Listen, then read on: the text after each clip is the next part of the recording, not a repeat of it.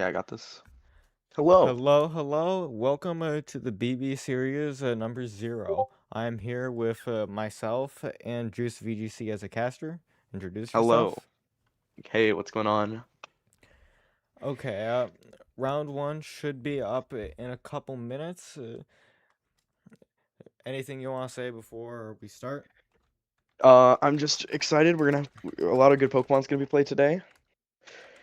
We got over 100 people, I'm pretty sure. So this is gonna be a pretty good day. Got 7 rounds today, so Yep, get ready. very excited. 7 rounds of Swiss today, 2 rounds of Swiss tomorrow, and then asymmetrical top 8. Yeah. Our first stream match is being prepared right now, but we can go over their teams. Let me just go open up. Okay. Yeah, I got the I Yeah, can you could grab talk both of about their them. teams. I'll get the images ready. We have Bifrost 1 running a Scovillain Clawitzer kind of hard trick room type team with a Lycanroc Dusk, which Lycanroc Dusk has been a consistent counter to Charizard Y, which is the mega to beat throughout this format, and it's a very slappable mon. You can put it if your team has the Focus Sash open, you can just slap it on your team. It'll give you a great matchup into Charizard.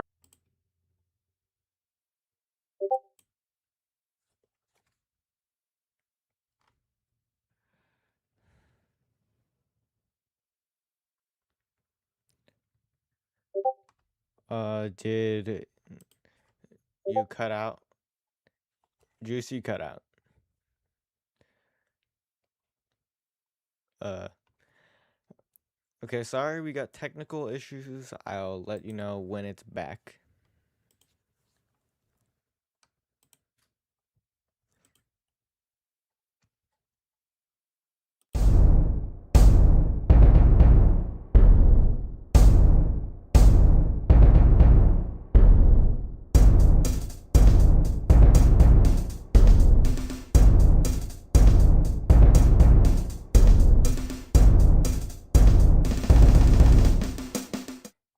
It looks like it's gonna be a fun match for sure. Okay, can you repeat yourself a little bit? I had the be right back on, so Okay, yeah. okay, okay, got it. All right. So Bifrost is running the hard trick room team, and Geo Dallas is running a kind of tailwind offense team with a Mega Electros and some staple meta Tailwind threats like Whimsicott, Sylveon, and Basket Legion.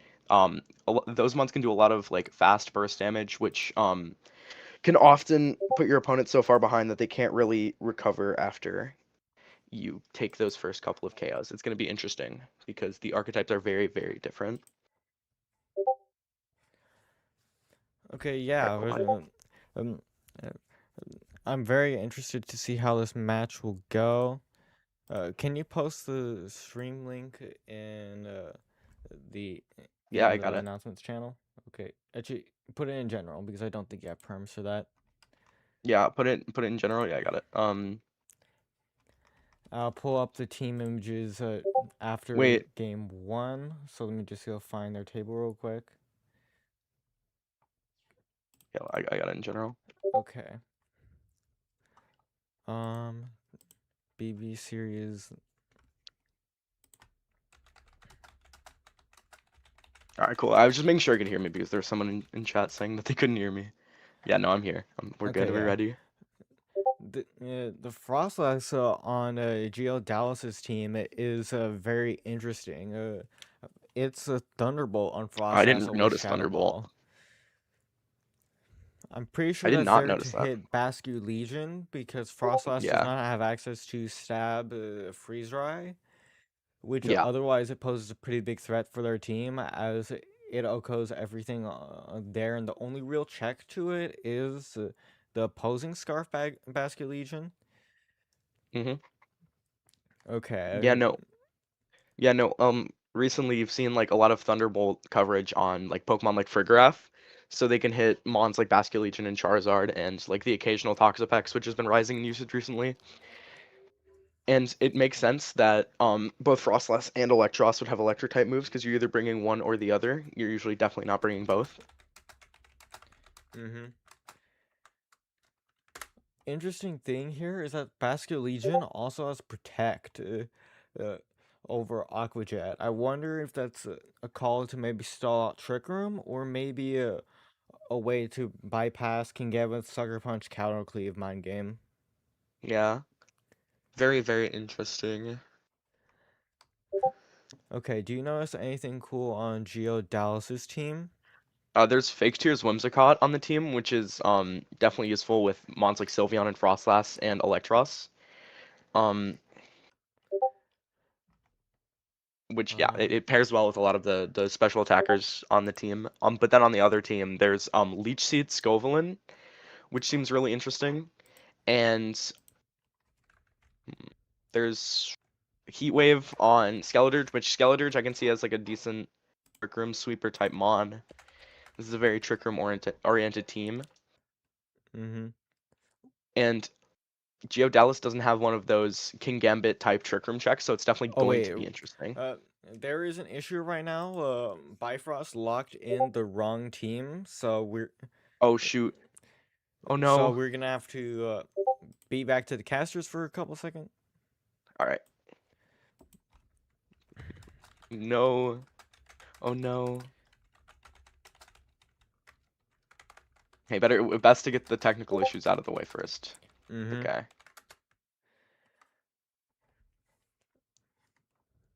Okay, I'm asking Bifrost if they have the correct team in game. If not, we're gonna have to stream game 2 of a different match. Yeah. Can you edit their? Wait, we can't edit their sheet, right? No, I don't think so, No. right? Yeah. Export PNG. Okay. not okay. I'm waiting for Bifrost response. So in the meantime, I can edit their team sheet. Okay. Geo Dallas.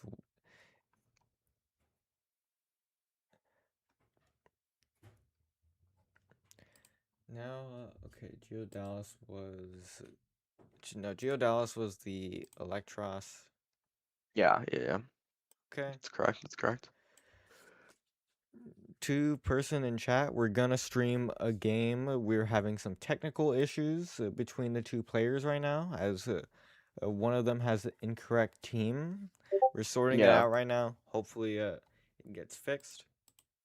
we're gonna stream very soon.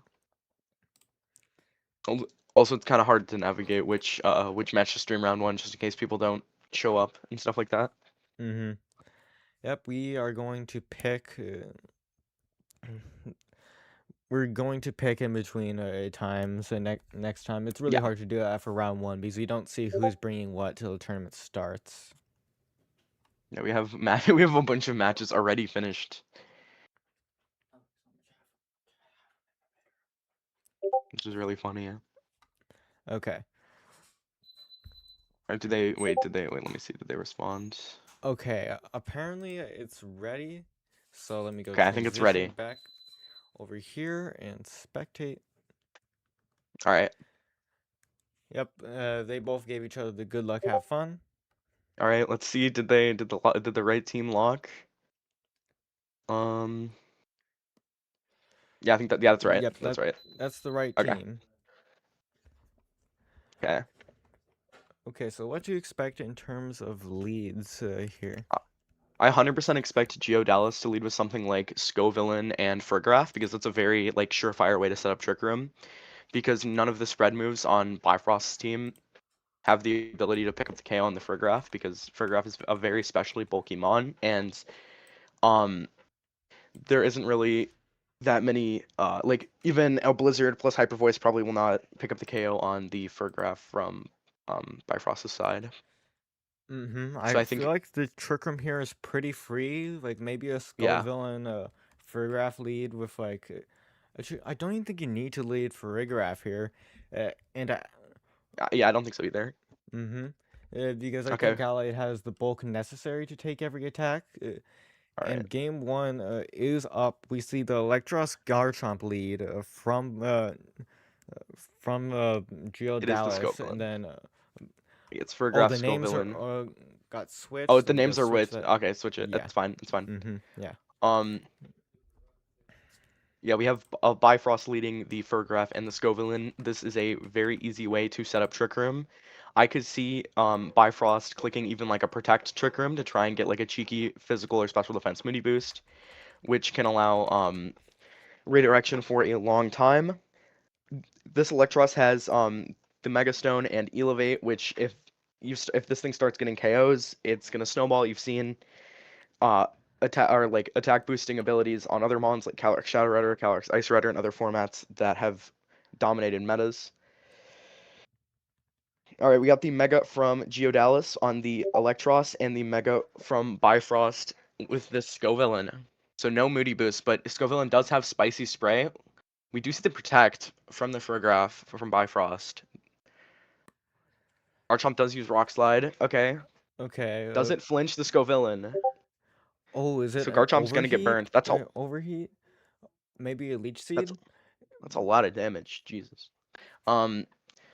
Yeah, Garchomp gets burned. Life Orb tick.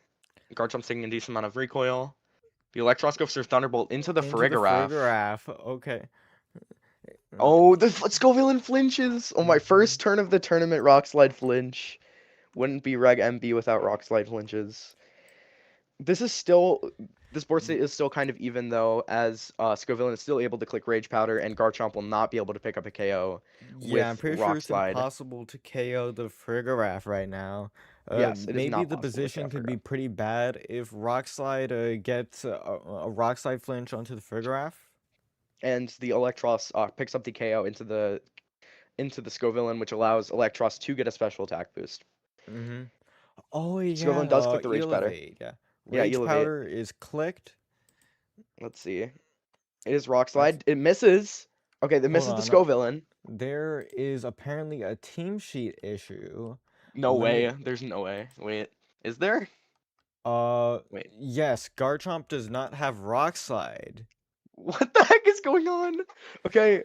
Um Spicy okay.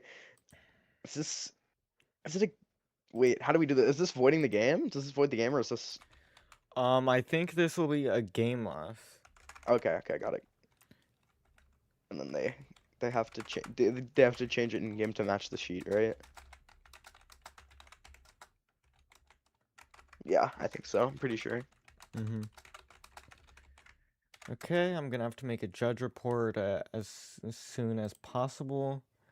Let me go open up Limitless. Let me go check if there's any other judge calls.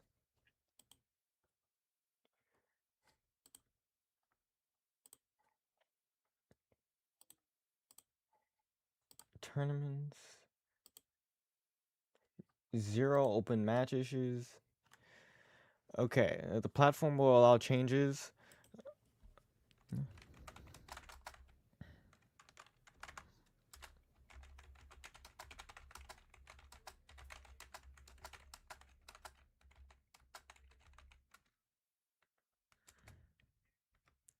All right. Okay, It's so unfortunate. uh, due to the error which we got, I'm having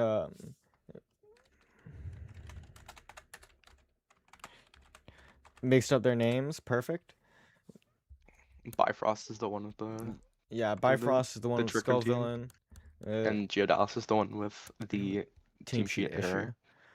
Yeah. Okay, they're probably playing it out. Yeah, Bifrost. I think Bifrost. Yeah, Bifrost gets the game here. Yeah, that's what happens.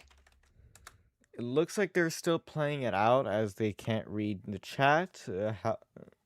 Wait, do we just give just give the win to one of Okay, the okay, people they and got then the they'll probably they forfeit? okay, they got the forfeit. Okay, so I'm going to give Okay. Bifrost round game Yeah. 1 There, I did it. record. I clicked it. Okay. Okay, we're gonna wait a little bit as Geodalis gets their Garchomp changed to Okay, and now we can actually talk about the team sheets because I got the graphics up. team sheet graphic. Let's go. This is so cool. Okay. Yeah, like I said earlier, you also have an Earthquake spam mode with the Garchomp and the Electros, which is really unique because you can't. Yeah, Elevate acts as Grimnay and Levitate, and Life Orb Garchomp is one of the most menacing threats you could stare down in this format because it's insanely hard to resist and it just does so much damage. The Garchomp Mm-hmm. is actually Sand Veil, which is interesting. I mean, yeah, Okay, yeah, I don't think we saw Rough Skin proc. yeah. So No, we we're gonna have didn't. to see if it's an issue or not. If it's an Yeah, there's. issue, it's gonna be a win for Bifrost, which will be pretty sad because We wanted to stream the Scovillain yep, in the Electros. yep. Okay, good notes for next time. Next time I'm streaming the two Charizard and Aerodactyls, Should and you then stream the Zard Y mirror just yeah, so there's less infinite rock slide issues. punches. Yeah, less issues, no infinite rock slide punches. I was thinking, could you lead like a Whimsicott and Frostlass and like click Fake Tears Blizzard? That will be viable if the lead I don't from know if it kills. Bifrost is Gallade and Scovillain. If Yeah. if it's Fergraph still, then it's probably going to be the uh, then Fake Tears does nothing here, which I guess is an Oh yeah, I forgot interesting about that. I forgot about dilemma Armorteal. in the read because in the lead slot because Fergraph uh, gets up a more consistent Trick Room, but Gallade is Gallade does able to do not have more Trick Room. damage inside the Trick Room. Yeah. So if we look at Bifrost team sheet, okay, Yeah, no, there's one Trick Room setter on Bifrost team, and it's the Fargraph. Gallade usually carries Trick Room on old hard Trick Room teams, but sometimes it won't and sometimes it doesn't. It has expert belts with a great set for coverage, so that's mm-hmm. probably why. Yeah. Yeah, And Secret then Sword is really good into Archaludon as it ignores its boosts, so that's probably why Gallade is the preferred Trick Room attacker here. Night Slash is also pretty interesting. I'm pretty sure it's here to hit Basculegion for a it's here for one-hit knockout. Basculegion. Yeah, it's here to hit Basculegion, and it's here for there's no other ghost. Yeah, no, it could also hit the opposing Frostlass. Mm-hmm. And yeah, Sacred Sword actually with sharpness, I'm pretty sure is more powerful than is it more powerful than close? I think it's either more powerful than close combo or it's very close, but you don't get the drops either way. I'm I'm pretty sure it's slightly more powerful because it's 90 base power multiplied by 1.5. That's Yeah, 135. That's stronger than close combat. and you don't get the drops, and you also Just ignore the opposing defense boosts. let me go post stream link just in case just in case I I did. forgot to. Posted in general of the server. Okay. Yeah, Another thing very to interesting note team. is I don't know if it's a team sheet issue or not, but the Skeledirge is serious. I think that's fine. Because the Clawitzer is also serious, and the yeah, I think that's Oh, probably fine. yeah, it's not the biggest deal in the world. It'll be handled if the speed tier actually ever matters. Yeah. Okay. But yeah, you have the Skeledirge, which can combo with a bunch of your other mons because Fire, Ghost, and all the other coverage on the rest of this team is really hard to resist. So it's basically all about getting in Trick Room and winning the game before those 4 turns or 5 turns run out. Ooh, this might be an issue because Oh Geo no, what Dallas happened? posted the code for game two. However, it seems Bifrost has left. Okay, never mind. Bifrost is Oh no, here. Bifrost is here. Okay, cool. Okay, then we just hop into the thing. Which I'll transition screens once the game has started. Yeah, yeah, yeah. Going to take one last look at Geo Dallas's team sheet before it starts. Another interesting thing I see here is that Whimsicott has no protect on the focus sash set, so it's very vulnerable to opposing fake outs. Also, real quick, you might want to change this afterwards, but it says Whimsicott's a pure grass type on the team sheet. Oh, that's an issue with Oh, it's with the Team Shoemaker thing, the graphic yeah. maker.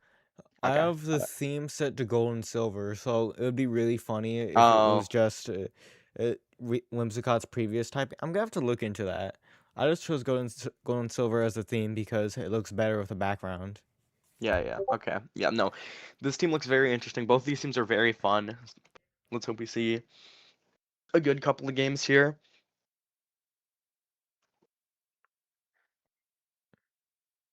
Yeah, more matches are being completed. We have 30 out of 57 matches done.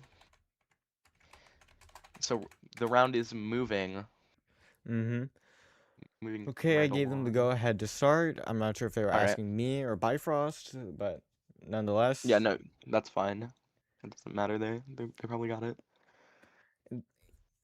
And the Yeah, interesting thing about game one is that we didn't see what Bifrost had in the back. we didn't see what S- either, yeah, player had in the back.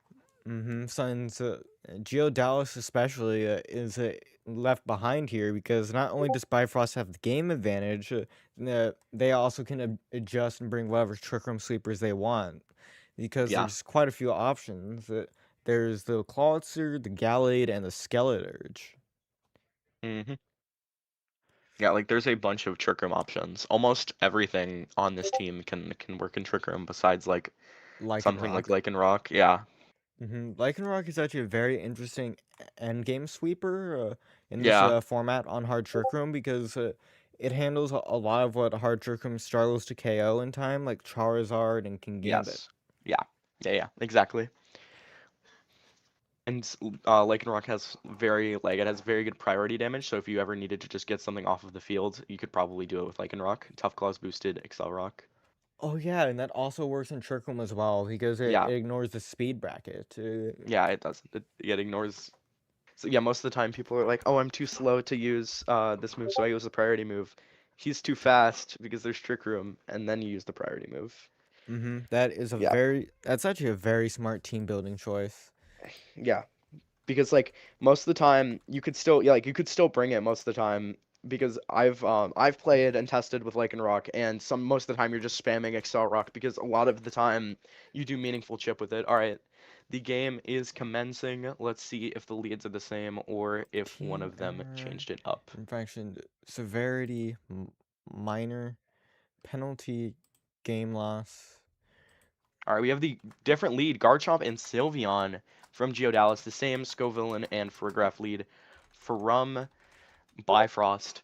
Now, you do kind of have the same dynamics here with the Scovillain being able to redirect something like a Hyper Beam, which would normally be able to do a lot of damage to Farigiraf and put it within range of any spread attack from Garchomp. But you can just redirect that. Mm-hmm. I can assume we might be seeing like a Rage Powder Trick Room and a Hyper Voice Earthquake here. Mm-hmm. We have the Mega Scovillain coming out from Bifrost's side. Very good Mon to help neutralize the Garchomp, which is one of the only It's threats also right very now. good into the Sylveon because Yeah, with the Fairy Feather, depending on the training of the Farigiraf is actually in range of a Hyper Beam. yeah, It's a yeah. damage roll, I think, somewhere around the 12.5 Yeah, to 50% range. the Farigiraf is not calm or sassy, which would normally be those types of Farigirafs which would live a Light of Ruin or a Hyper Beam. This one is relaxed, presumably to live Black Glass's Kowtow Cleave, so it probably would get knocked out because of a Hyper Beam if the Sylveon can get it into the Farigiraf and not have it be redirected by this Mega Scovillain.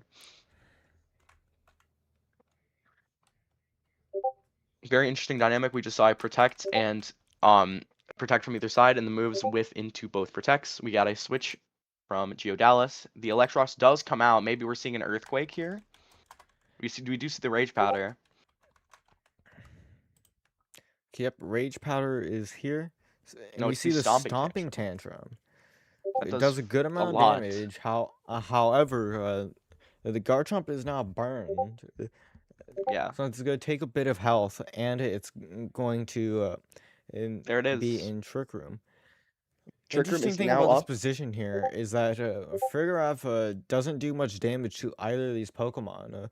So Geodelis has to play it to where uh, he can call the KO on, or call the switch on either the Scovillain or the Farigiraf, or they can intentionally not take anything out to stall Trick Room out. Very interesting board state here. I think it's interesting because the Scovillain does have Giga Drain and it does have a special attack increasing nature, so it could and it is, yeah, it is quiet.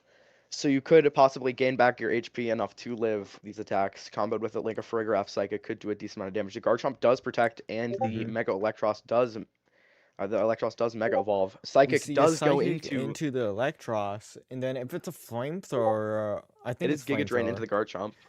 Okay, What move interesting. is the Skull Villain? It's Flamethrower, It's yeah. If Flamethrower, yeah. Okay, the Flamethrower from the Electros does not knock out the Scovillain. And now Spicy Spray is activated onto the Electros. This wouldn't matter if this was the standard Electros with mixed close combat. However, since it's 3 special attacks, it's not nearly as impactful. Yeah, it's not nearly as important. I think the Electros might be in range of a Psychic roll. Do you think it might be? Yeah, I think it's in range of Psychic. I'm pretty sure it's in range of Psychic. It's probably a range. And then if you're able to knock out this Electros, you can probably start running away with the game. And Geodalis identifies that um Electros is a very important piece for them and protects it. And the Psychic does go into it. The Giga Drain goes into the Garchomp, does a lot of damage. And the Scovillain is probably going to be able to live another attack from Garchomp. Maybe we do see the Earthquake. Is the Scovillain going to hold on? Is the question. And it It holds does. on. This Skull Villain Barely. is lasting forever. Uh, The burn really going miles, or yeah, really the burn really putting in its mileage here, because now both of the Mons are in range of an attack. So you kind of force a switch, or maybe even two. This is this is a very good position for Bifrost because the Electros cannot protect, and yeah, the Electros cannot protect this turn guaranteed, and the Garchomp is just hanging on barely. It will die to 3 more turns of just being on the field and doing nothing. And if it's able to get off another attack, it may um get knocked out to Life Orb plus Burn. I'm not sure. it's very close. However, interesting thing here is that Farigiraf is at very high HP. It might actually Yeah. be in a position to get up Trick Room again, depending on what is in the back. We see All the right. Electros Electros does switch swap. here into the It is the Sylveon. Sylveon. Okay. Interesting. The Garchomp Garchomp does protect. protects, signs that it should be in range of another Life Orb tick. We It see is. the Psychic Truly. into the Garchomp and Giga Drain Giga into the Drain into the Sylveon. Scovillain. The Scovillain just does not want to go down. Mm-hmm. I'm pretty sure it might be able to live Oh, it's another not. Hyper Voice. Yeah, I'm pretty sure it is. I'm pretty sure it lives Hyper Voice. Notably, the Garchomp does not get knocked out to another Life Orb tick if it gets it off, which I assume it would not be able to get an attack off because we are in Trick Room, and this Farigiraf is the slowest thing on the field. So it Mm-hmm. could just throw a Psychic into the Garchomp slot, do meaningful Garchomp damage to almost switches anything. into Basculegion. If we see a Giga Drain into that slot, which We it see Psychic might into the other be, slot. ooh, is it a double into Sylveon or is it a Giga Drain? It's a It's a Giga Giga Drain Drain into the into the Basculegion, and it Basculegion. does Uh, 90%. and now we see Scovillain go back to nearly full health. Yeah, this position is immaculate for Bifrost here. You have both of your first Mons, have not even revealed any of your other Mons in the back. Both of them are at decent amount of HP, and you still have 1 turn of Trick Room left, if I recall correctly. It might be the last turn. It feels like this Trick Room is lasting forever, Okay, which yeah. how much value they're getting out of it. Trick Room is gone. I think Last Respects plus Hyper Voice might be able to do the job. However, the burn on the Bastille Legion will be really bad because now everything in the back takes way less damage from Also, the Bastille Legion. also the problem here is Last Respect scales in power with how many Pokemon have fainted, and notably Geodalis still has all 4 of their Pokemon alive. That So we is a might see a very Wave good Crash into the call Scovillain. out. Because no KOs are taken in Trick Room, Okay, it we is see Wave a Crash. Wave Crash that definitely takes out It the does Skull pick up the Villain from Scovillain. here. Hyper Beam, I think Hyper Beam or Hyper Voice. I think Hyper Voice. Yeah, Hyper Voice just Yeah, picks up Hyper the KO on the Voice Farigiraf. takes it because it is now single You target. single So target. Yeah. the spread multiplier is gone. It is And it was Hyper Hyper Beam. Beam instead. So now the Free is definitely out of here. No Yep. Trick Room for the rest of the game. Mm-hmm. Now the position is very interesting here. However, Basculation does survive Basculation the burn lives tick. the burn.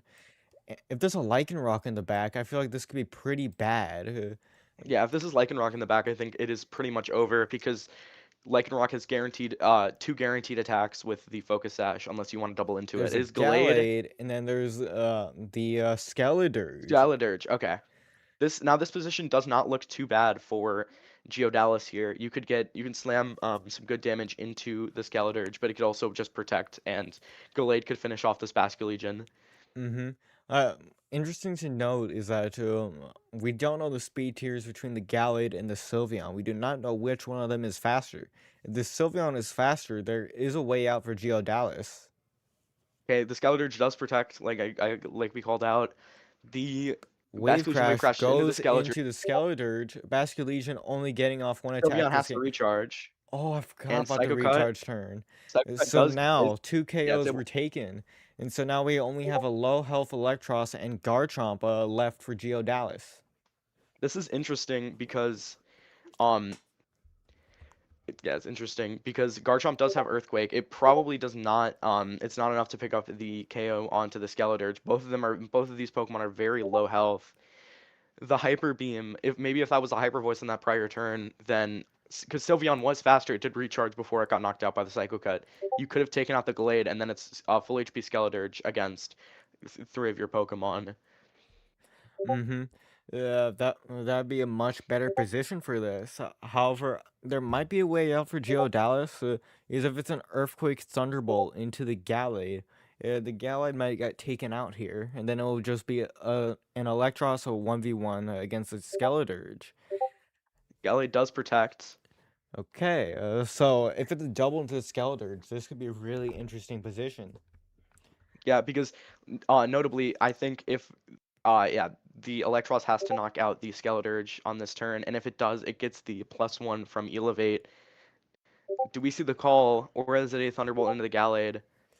Thunderbolt It's Thunderbolt into into the the Scovillain, Skeledirge. or It doesn't knock Skeledirge. out, and it Ooh, it barely holds! lives. It Then we barely see lives. Torch Torch Song, Song into the Electros. Then and that's gonna be Bifrost takes the set with a yeah. critical hit, Torch Song. Clutch survivals on the ends of the Scovillain multiple times, and now this Skeledirge, because if the Electros had been able to pick up the KO there, it would have +1, and Gallade would have likely gone down to a +1 Thunderbolt from Mega Electros. But no, the Skeledirge holds on, and Bifrost takes the set 2-0 against Geodalis. Yep, a very good match we saw there. Yeah, I got no words. That was a yeah, very well played Trick Room from Bifrost, yeah. getting It as just much seems like value out of Scovillain and Farigiraf as possible. yeah, it's just these hard Trick Room players know exactly how to squeeze and writhe all of the value out of their Farigiraf and their Trick Room, because usually you only get one up per game. And just like that, even though Trick Room did end kind of in the mid game of the battle, the advantage that Bifrost had was so immense that Geodalis kind of couldn't come back from it.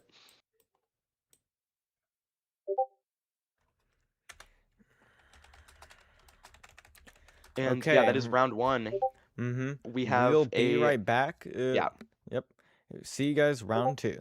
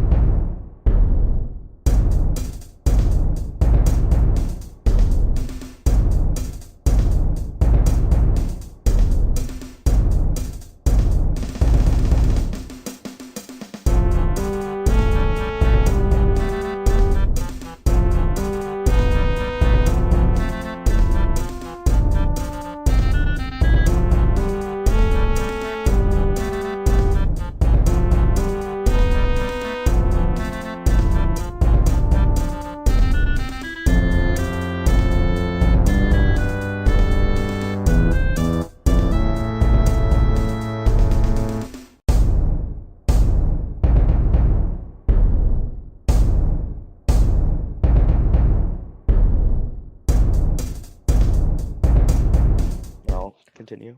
Hello, hello. We are back for round two of the BBS series number 0. Yo, what is up, everyone? We are back, and do we ever have a treat for you in this round two stream match? We have a match between Lovely Luna and Chef Rich to share with you guys. It's going to be a great match. How do you feel Yep, about this, Bolt Beam? this is going to be a crazy set. It's a weather war with snow, sun, and rain involved. Yeah, Double Weather has been going crazy across the format as of late. So I wasn't surprised we streamed one sooner rather than later. We have a bunch of cool, interesting teams from Mega Gardevoir to Mega Garchomp. Um, yeah, it's gonna be fun. Okay, sorry, I'm adjusting the name real quick. Lovely Luna's name is too big to get on stream. No, you just put Luna. Okay, I had to decrease the text box, but Okay, yeah, just decrease the text box. yeah, it'll have to Um, be fixed for next round. Chef Rich L Disc 22. Okay, so now let's go over their teams. First, we are starting with Lovely Luna. This is a team kind of styled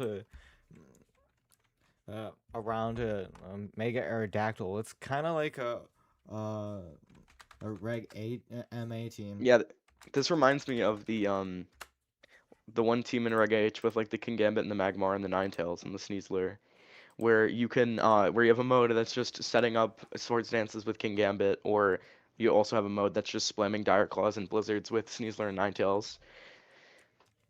Mm-hmm. You also have Dragon Fang, Dragon Claw, Dragonite, which deals a lot of damage and it's very hard to resist. And then you have Mega Aerodactyl with the standard Tough Claws, Dual Wing Beat, and Tailwind sets. Yeah, this team I can see has multiple modes. You have your mode with the Aerodactyl to try and set up Tailwind, and again that mode where you set up Kingambit and you try to win with priority attacks like Swords Dance and Extreme Speed. And a lot of these mons are like naturally very fast. So even if you don't get Tailwind, you probably still will have the speed advantage in most cases.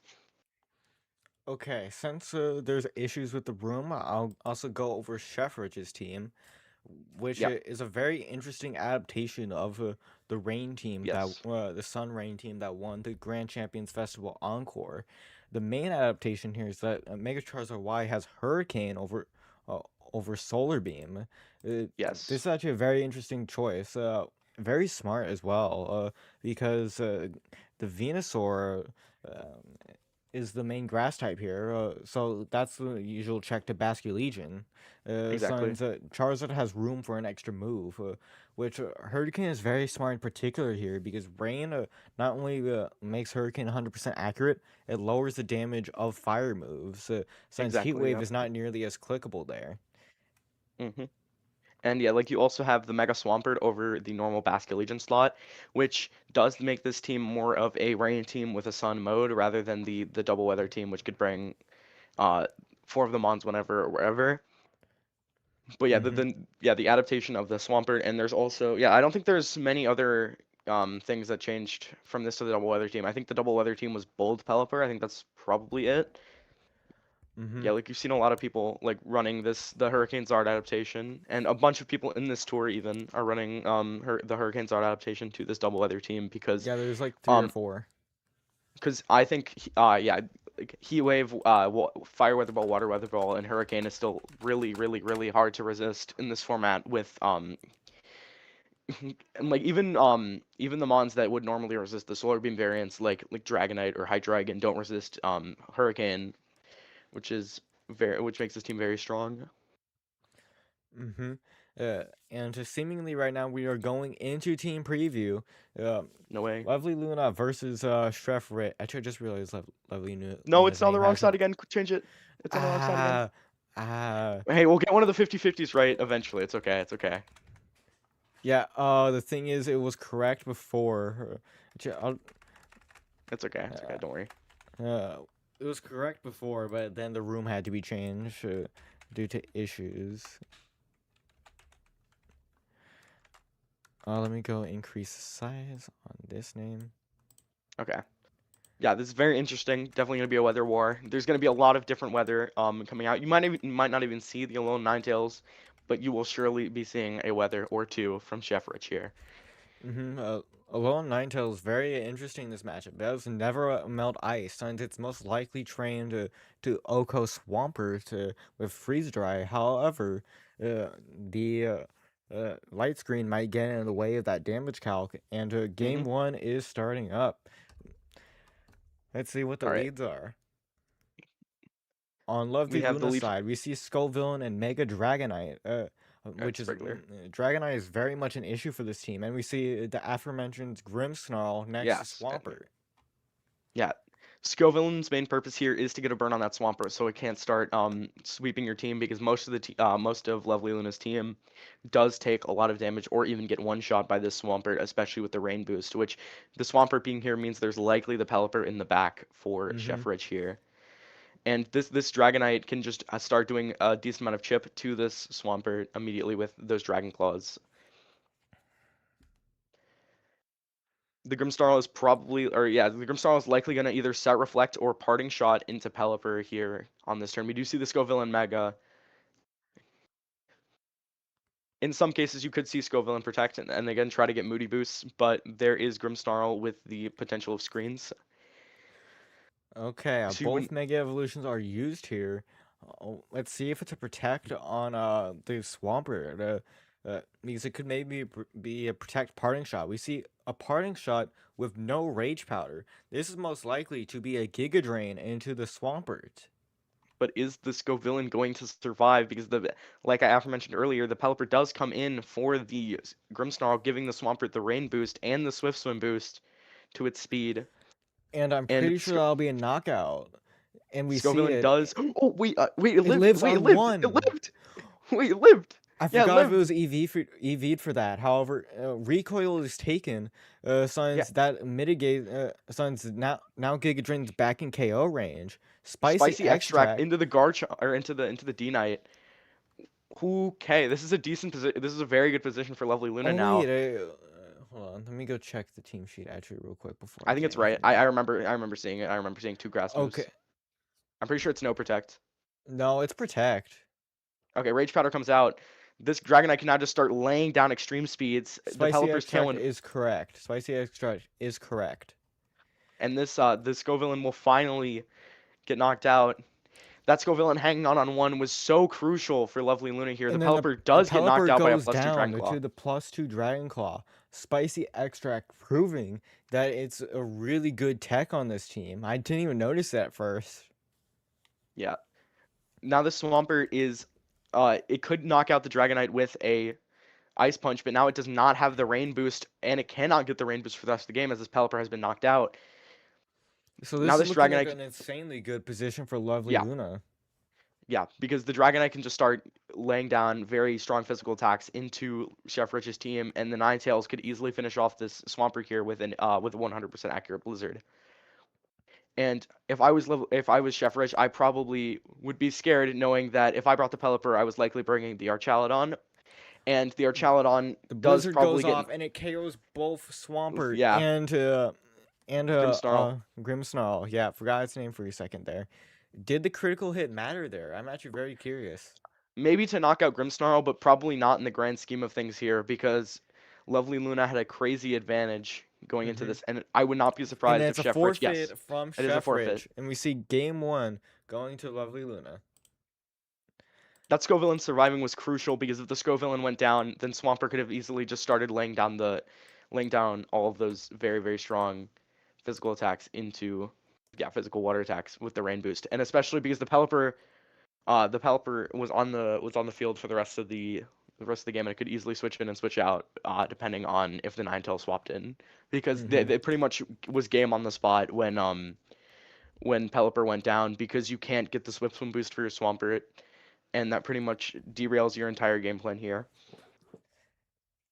Okay, so now we're in team preview for game two. Do you think Chef Rich can make any adjustments? I think a Sun mode here could be pretty strong, uh, as Venusaur is very good into the Skull Villain, and then maybe like Pelipper plus either Archaludon or Swampert in the back to handle the Yeah, Dragonite.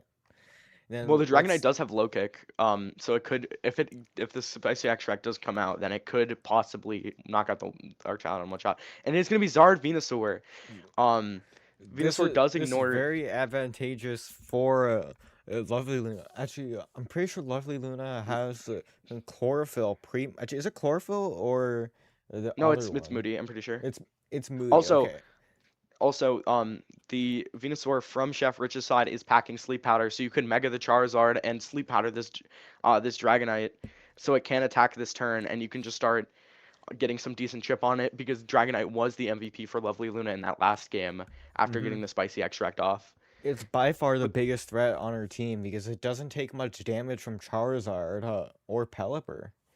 We see the Mega Evolution on Chef Rich's Charizard, and, and let's see what Luna's doing.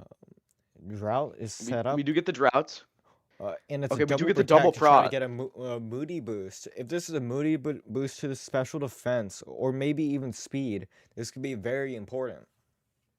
Yeah, no, it's likely. Okay, we do see the Sludge Bomb from Chef Rich into the Scovillain, trying to get some valuable chip and not rely on the 75% accurate Sleep Powder and the Heat Wave, which even if Scovillain lived the It's wait, okay, we do defense get the defense boost boost and attack and drop. attack Okay, fall. this is Okay, that's pretty fine. neutral in this position. It's nice into Swampert, but otherwise not very Yeah, important. otherwise it's fine. Yeah, like you don't want to rely on the Sleep Powder, and Sludge Bomb plus Heat Wave likely picks up Mega Scovillain.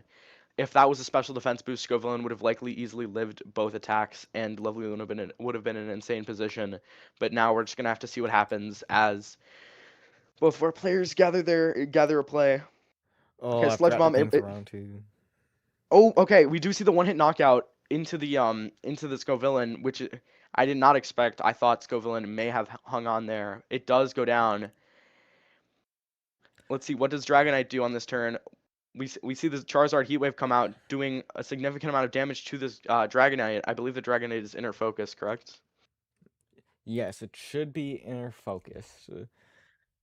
Yeah. Okay. And the Other. Dragon Claw goes in the Venusaur. It's likely in extreme speed range now, Mm-hmm. and the Alolan Ninetales from Lovely Luna will come out and set the snow, making the blizzards 100% accurate and turning off this Venusaur's chlorophyll. This is starting to look very, very good for Lovely Luna because in order to reset the weather, Pelipper must have to come in, which takes quite a lot of damage from Blizzard, and it will most likely be a Dragon Claw Oh, heading to that slot okay, as well. we do just see the 100% accurate Never Melt Ice Blizzard into both of Sheffridge's Pokemon. We And do the see the freeze Charizard into gets the Charizard. frozen!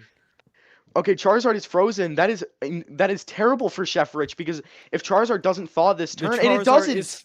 The Charizard was faster and was probably going for a Weather Ball into the Dragonite, which would have knocked it out. Yeah, Weather Ball, Heat Wave, you pick your poison for which Pokemon you want to knock out, but instead this Charizard is just an Ice Cube and is not going to be moving anytime soon because this Ninetales can just move faster than this Charizard and I attack wonder with if either we see Blizzard or this. Freeze Dry.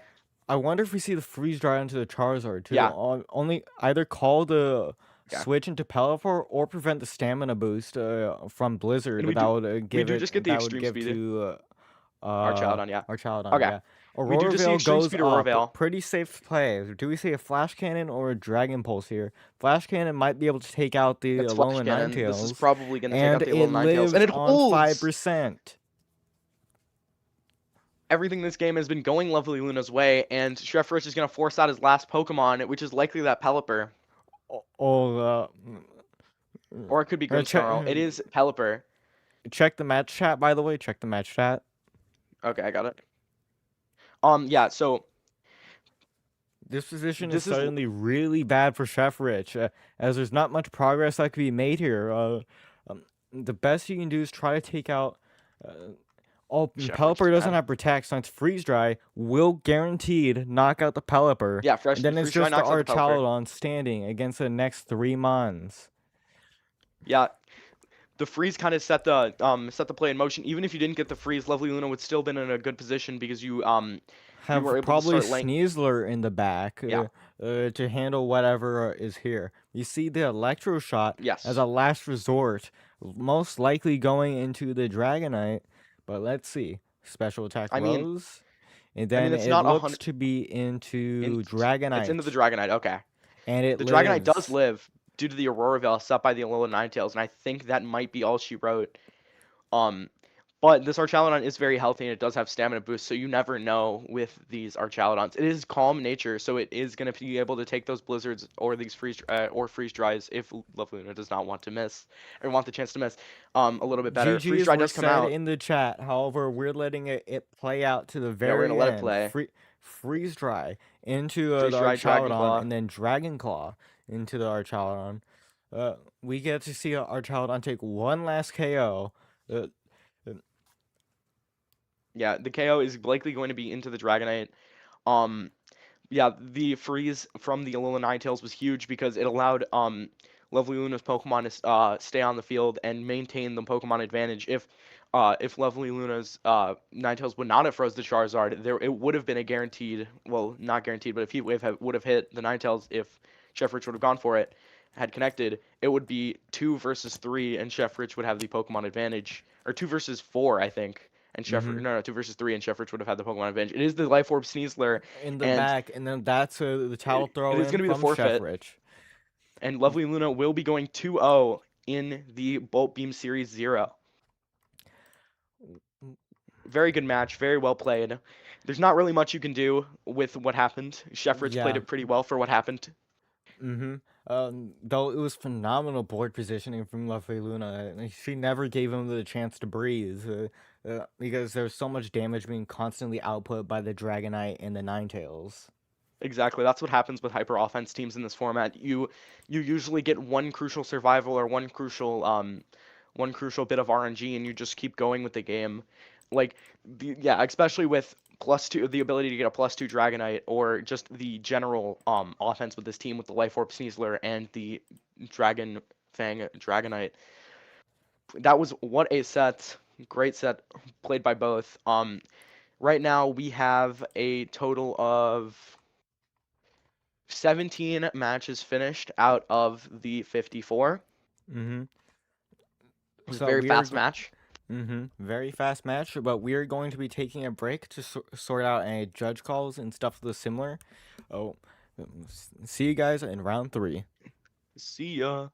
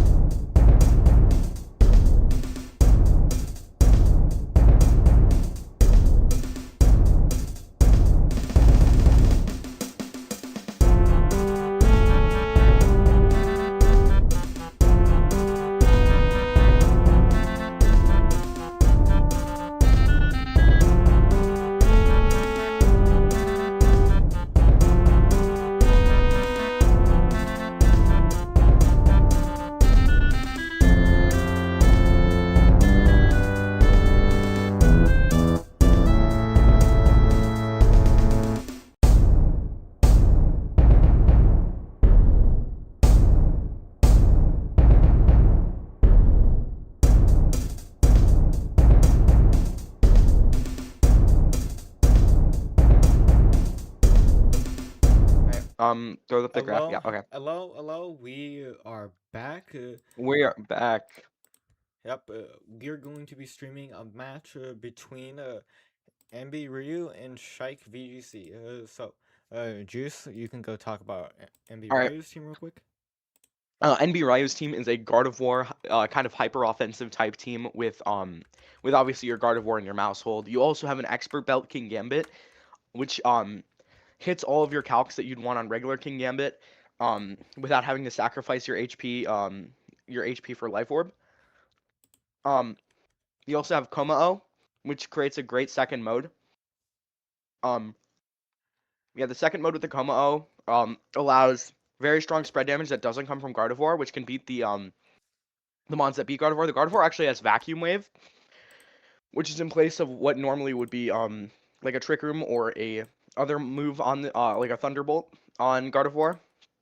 There's also there's also the staple of the format, Choice Scarf Basculegion, and we have a Quick Guard support oriented Talonflame with dual Wing Beat to deal with mons like Sneasler with And most Focus importantly, Sashes. Whimsicott, because Yeah, Sharp Beak allows it to take out Whimsicott in one hit, which surprisingly enough isn't on Shike's team. However, we're gonna have to go over his team a bit later, as round 1 is about to start, or round 3. yeah, yeah. Round 3 is about to start. Yeah. Enri Rio, very talented player, second at the Sacramento Regional Championships last year in the senior division. They've started 2-0 in this tournament. The only person in their way of starting 3-0 is Shike. But yeah, this team is a very interesting team. I ran something very similar at NAIC, except I was using Garchomp over what would be the Como. Yeah, this team creates very easy pins with Gardevoir because Gardevoir does so much damage, huge special attack stat with Pixelate, and with redirection from Mousehold or Quick Guard slash Tailwind support from Talonflame, you can pretty much do whatever you want with the Fairy Psychic type Mega. Okay, and round 3 is about to go into team preview. Just a little bit Okay, about we got it right. Yes, yes, they're on the right side this time. no, Finally. actually it was incorrect, but a judge told me how to switch the sides so you don't have to do all the name stuff Oh, again. So okay. no, we actually got it wrong. No, come on, man. Okay, so interesting things to know about this team. The King Gambit is Life Orb with Swords Dance and Sucker Punch. So this allows it to get very crucial KOs onto most notably Charizard Y Charizard in the format. But it and can also Garchomp. be but it can also be used in multiple other situations. Okay, Garchomp is a very notable one here too. The Furgraph does not have a coverage move. It has Helping Hand, most likely because Raichu already has the electric coverage here. And then the Yeah, Staraptor has dual Wing Beat over Brave Bird, sacrificing burst damage for the ability to break sashes and lose recoil. yeah. Um, Shike was actually able to win the Matos Cup a couple weeks ago with a very similar team, still based around the Mega Raichu Y and the Furgraph, except it had more of a Trick Room approach. But here we go. Round 3, NB Ryu versus Shike. Oh, Let's see what the leads are. we see Gardevoir and Mousehold from Ryu, and then we see Sylveon and Hisuian Arcanine from Shike. Is that an Alpha Arcanine? That thing looks Yeah, humongous. it's huge. All right. NB Ryu has a lot of NB Ryu has the standard ability to go for Follow Me and Hyper Voice, but it won't do that much damage to the Arcanine. Gardevoir is paper physic. Even Mega Gardevoir still doesn't have that great of a physical defense stat, so it has there's a high potential of this Gardevoir taking a lot of damage on this turn. Shrike is in a pretty well off position because Gardevoir cannot take out either of their Pokemon. Okay, also important to note, the thing I use to get the team sheet images chooses the Mega ability for the Okay. Pokemon. Am I able to edit it? Yes, I am. Okay, good to know for the later rounds. If you guys notice the Mega The ability Gardevoir. is on screen, uh, don't worry about that. Okay. And as We you get a see the Super Super Fang. Fang onto the Arcanine. Could this be a Uh, double? Flare Blitz from the Arcanine. Does it knock out the Gardevoir? Gardevoir does hold on. thanks to the Friend Guard from Mousehole, which otherwise it would hang on. Do we Psychic. see the And Psychic to Psychic's able KO to the knock out the. Arcanine? Okay. Then do we see the Hyper Voice here to knock out the Gardevoir? And we do. It's a trade for Hisuian Arcanine for Gardevoir. I personally think Actually, I think the Basque on MB Rio's team is Scarf, if I'm not Yeah, it is mistaken. Scarf. It is Scarf. NB Ryu's And Basque is Scarf. okay, so in this position, I think it's a favorable trade for Ryu because now Last Respect is boosted. Uh, But do we see unfortunately, the there is this Como Life Orb come King in or Gambit the King here. Gambit? Both Zion both Craig. Both King Gambits come in here. This looks pretty strong for MB Ryu because we can get a Swords Dance off or to start outputting damage with the King Kowtow Gambit. Cleave. Oh yeah, NB Ryu's King Gambit is 4 attacks, no Swords Dance, no Protect, Expert Belt. So this Sylveon will be knocked out to an Iron Head, and you could also with Mousehold you could just use Follow Me, just in case you think there's gonna be something else. There is Swords Dance, but I don't think it is that important on this board state right now because NB Ryu's King Gambit is Jolly, so it will be faster than Shike's King Gambit, and That it could speed knock out interaction with is Low Kick. super important because if Shanks King Gambit ever gets a low health, it will be in range of Sucker Punch, which allows the Basculation to have a good position later if it's in the back. Then we see We Iron use Head the into the we use the Sylveon Raichu, with the Expert Belt. It knocks out and it knocks out. immediately. Uh, this is You usually suddenly looking like a very good position for Ryu now because even if Protect isn't on the board for Mousehold next turn, a Follow Me can make sure that Mousehold gets knocked out, and then Ryu has all the tempo in their favor. All right. The thing about this is most Raichu Ys are EV'd to live Black Glasses or even Life Orb King Gambit Sucker Punch. And if that's the case for Shug's Raichu here, it easily lives this non-boosted Expert Belt Sucker Punch from NB Ryu's side. The Raichu does have Focus Blast, but it can easily just be redirected by the Follow Me from NB Ryu's Mousehold. So this is looking like a phenomenal position for NB Ryu here. Mm-hmm. Gotta agree here. We see Raichu Mega Evolve immediately, which is probably the safe play. Oh, my Switch there. Your Switch was turning off. Yeah, I do not know how. It has not done this in any of the other matches. All right, yes, it No is the fake Follow Me out from the and Mousehold. no protect either. We see It is focus the Focus miss go Blast. into the mouse hole, but thanks to the no guard, it always hits. Mouse hold goes down, and then Ryu's King Gambit is going to be moving first. We see a Kowtow Cleave into the Does it knock Raichu. out? No, it Not does even not knock close. out. But Raichu should be in range of an opposing Sucker Punch. I personally feel like if Komolo is in the back, it is likely It's all but over. over. Yeah. I think it's likely over even if NB Ryu just had this King Gambit because It's this King Talonflame in the it is back. talented. Okay, this is really strong from NB Ryu's side because this Jolly King Gambit likely max speed does outspeed Raichu in Tailwind, so you could just go for Tailwind and Kowtow Cleave into the Raichu, and the opposing King Gambit cannot beat your King Gambit with low kick. Mm-hmm.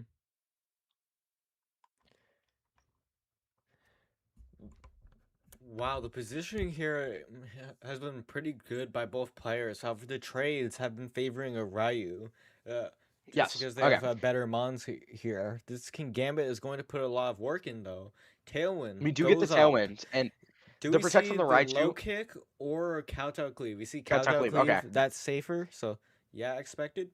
We see Kowtow Okay, we Cleave do get the into Kowtow the Cleave. Talonflame. And then it barely Talonflame lives hangs on 1 on. HP. Wow, I don't think that's calced either, probably. Because Life Okay, Orb so now King this Gambit is is not very common. I'm barring barring Ryu accidentally pressing the minus button and the A button in rapid succession. This is a guaranteed win for NB Ryu here because you can just Kowtow Cleave into the Raichu, and then low kick into the King Gambit. The Mm-hmm. Talonflame will protect as it can literally do almost nothing this turn. Raichu The goes Raichu for goes the for the double double protect. It protect. It fails. fails. We see the Kowtow Cleave into the Mega Raichu Y, which will take it out. All right, now this Life Orb King Gambit cannot match up into the low kick King Gambit on the opposing side, so it looks like NB Ryu is going to be taking the first game in this set. A crit Sucker Punch could take it out, but if we see the Quick Guard here, then it's all but over. We see the Quick Guard. Very nice way to lock up the game. If secure Yes, Sucker and Punch fails from Shake's side, then we see Low Kick low go kick, into Shake's King Gambit. Then MB Ryu and takes it is game going to be one. over. NB Ryu taking game one here, elite positioning early on, realizing that the only way to maneuver past that board state and get into an endgame where King Gambit can sweep is getting rid of that Hisuian Arcanine. A lot of people are hesitant to get rid of their Mega Pokemon because it is their centerpiece, but NB Rio realizing that King Gambit can just be my centerpiece and I can click Sucker Punch, Low Kick, Kowtow Cleave all day, and that's what led them to the win. Okay, we now that we have a couple seconds, we can talk about Shike's team. Everything here looks pretty standard. Tailwind on Staraptor is interesting. However, I see the angle because Staraptor can set up Tailwind for the Mega Raichu as Staraptor stays in its base form. Yeah, no, Staraptor can act as like this intimidate tailwind support because I'm pretty sure base Staraptor can still do a bunch of damage with close combat into threats like King Gambit if you do want to bring both Staraptor and Raichu. Even if you don't want to, there are turns where Staraptor just doesn't feel like it's doing anything on the field and you can just click Tailwinds, especially with Mons like Hisuian Arcanine on the field, which really benefit from Tailwind because they're in that middle speed tier. And then now, round three, game two is about to start. One thing I would like to point out about MV Real's positioning last game, as you said, King Gambit was the MVP there as the Gardevoir went down in turn one. That just speaks to how good King Gambit is right now. It could be customized a lot and often on teams such as like the setup teams with Fload, Blastoise, Delphox. King Gambit is brought on its own without any Mega, which is just a testament to its ability to clean up games. Yeah. Yeah, this is a very positioning based matchup for both sides. Um, Both of these teams rely on making favored trades, and that's what NB Ryu did, and it definitely paid off. Let's see if Shike can even the score, or if NB Ryu will take this set 2-0 and advance to a record of 3-0 in the Bolt Beam Series 0. Okay, let's see the leads here. I feel like a King Gambit lead from Shike could be really scary for Ryu, but let's see it. Let's see it. We It have is going to Gardevoir be, Mousehold again. Then we see yes, Staraptor and Harkonine. Uh, I'm not sure about you, but this looks very bad for Shake because yeah. Intimidate gets traced. Both Ooh, of these Pokemon huge trace! have their attack lowered, and now True Call you can redirect away a Head Smash and most likely a Dual Wing Beat. Actually, it depends. Oh, it depends on the It's speed interesting. interactions here because Staraptor would normally be able to outspeed the Arcanine and KO the Mousehold before it moves. The Actually, Mousehold is that holding a Focus Sash, if I yeah, recall correctly. yeah, that too, but also the Also, Intimidate here, would help otherwise. a little micro interaction here. Shike led Arcanine on the right side in the first game, and then changed it up to the left side on this on in this game too. Because if Gardevoir is able to trace Hisuian Arcanine's Intimidate as it did, everything will be doing less damage, and Gardevoir will be able to take these physical hits a lot more comfortable. We do Wait see a a switch minute. into the King Gambit.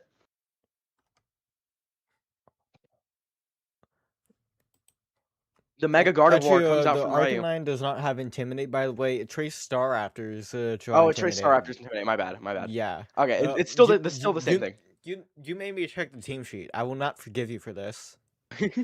No Mega Evolution is super smart here because now the Staraptor can live a Hyper Voice from Gardevoir, but it Now still does the very decent damage. However, this now still here's the looks thing. bad for Shake because Yeah, despite the speed advantage, Mousehold is left on full health since it's guaranteed to take 2 hits. yeah, Mousehold here, definitely able to take both of these hits here, and Gardevoir will be able to take a double knockout. I could see a Hisuian Arcanine switch maybe, but no, Shike just Since admitting that they're okay with letting go of both of their Pokemon here, and Vacuum what it is Wave a vacuum into wave. Vacuum It Wave picks up.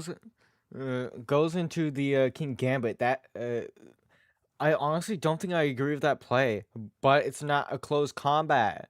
Uh, I wonder if Yeah, Mega okay. Raichu is in the back, and that's why they're intentionally delaying the Mega on Staraptor, because it could have I mean, easily I'd been a assume Mega so. there, because you would accept it's going down anyways. But since there was no Hyper Voice here, now Staraptor gets to take out the Mousehold, Ooh, and then there's a free Friend Guardless Head Smash into the Gardevoir. But there's an would interesting. there's an interesting Staraptor play here Mega because Evolves here, which is super smart because now it's not going down to a Vacuum Wave, which otherwise a Vacuum Wave Follow Me would be able to allow this a Gardevoir to live and attack. We see Protect on Mousehold and a Protect on Gardevoir, stalling out a turn of Tailwind. I also feel like Ryu was trying to bait out the Mega here, realizing that Raichu is not in the back. Ryu has a couple of plays here. If they assume that Gardevoir lives a potential double up, they could go for a Feint plus a Psychic into the Hisuian Arcanine, which probably wouldn't KO, but it definitely would put Arcanine into Vacuum Wave range after. Very interesting. Yeah, I don't expect Shake to play passive here because I feel like a close combat and head smash is relatively free. We could perhaps see a switch into the Basket Legion here, perhaps, because that would do really well in this position. Oh, And it's it's gonna a be King King Gambit! Gambit. Is it going down to the close Vacuum Wave. combat? Vacuum Wave does half health to the Arcanine. We see close combat into It's going the into the King King Gambit. That's Gambit, and then surely enough it to pick goes up. down. And then do we see the Head Smasher? Use if it's a Head Smasher and it hits, the Gardevoir is most likely to go down. I don't think it. I think It's a it might Flare live. Okay, it's Blitz. Flare Blitz. Signs Okay, it barely Gardevoir holds lives. on! Barely.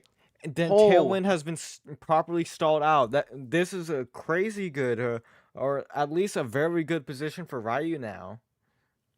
This may seem like a very good position, but Shake does have the Shake is in the position to take 2 knockouts here With extreme speed. with extremes. Well, Gardevoir should naturally be slower than the Hisuian Arcanine, and Staraptor should naturally be faster than the Mousehold. So, Since and I it don't should know be if Arcanine is in Vacuum Wave range. The I'm trying to think of a way Ryu can win this, but the only hope here is that maybe they have Como in the back. Nope, never mind. That is not a win con Nope. now. Then we see Sylveon does Mousehold come go for out. Protect. Do we see the dual wing beat onto Do we see the the? call? We don't Okay, see Vacuum it. Wave into Sylveon. Do we see Do we another Tailwind, see it? Do we perhaps? see it? Yep, We do see a another second Tailwind. Tailwind. This is now looking absurdly bad. Crazy call by Shake there, and it's a forfeit on Ryu's side. We are going to game 3. I feel like Ryu just made a couple of calls that didn't work in their favor there. They had the position, they had the ability to take 2 knockouts guaranteed, but they ended up hedging their bets, going for 1, assuming that Shake would protect, and it did not pay off. Shake able to take what looked like a very bad position and turn it into a winning position, taking the second game, and we will see our first game 3 of the stream tournament. Oh yeah, it is our first game 3. Round 1 was such a blur. Yeah, we just had to set everything up. Or, well, yeah, you had to set everything up. I was just here. Yep. Now, we're in team preview. Do you think we'll see an adaptation on Ryu's side to adapt to the Staraptor? Honestly, I don't think so. Ryu had a decent play. Ryu, it wasn't leads that kind of steered Ryu wrong. I feel like maybe an adaptation mid game or an adaptation in the back. Most definitely. I think Talonflame would be a really good adaptation here because we saw how Tailwind was a big issue for Ryu, as they never had a speed control advantage. Yeah, Ryu never having the speed control advantage is kind of an issue. But the thing is, there were multiple calls that were exchanged. So if I was Ryu, I wouldn't be that. I would still be confident in my play and may stick to my guns with the Gardevoir Mousehold lead. Oh yeah, actually, hold on. What was the final mon in the back for Ryu? Did we see that last game? We never Because saw it. We never saw it. It was just that King is Gamma very Gardevoir Mousehold. was very interesting to see because maybe there could have been a different switch on I'd the assume turn it with was the Como. Staraptor. Yeah, I think it would I'd be assume it was Como Como. too. After the Sylveon was revealed, we saw the forfeit. I'd assume Como in that scenario, maybe. Yeah, because and plus the Talonflame or Basket Legion would probably have been switched in instead of the King Gambit on the turn where the Staraptor O-coded. All right, Gardevoir Mousehold lead. No changes here. Oh Okay, no wait, changes from either side. We do and get the Trace Intimidate again. No, it's Oh no, we it don't. traces We actually Rockhead. don't. Wait, it does? No, wait, what? Wait, how does that even work? Wait, it was on the different. Okay, whatever. I don't know my mechanics. Someone I call don't up know my Leonard Craft. mechanics either, but that's perfectly okay. Huh.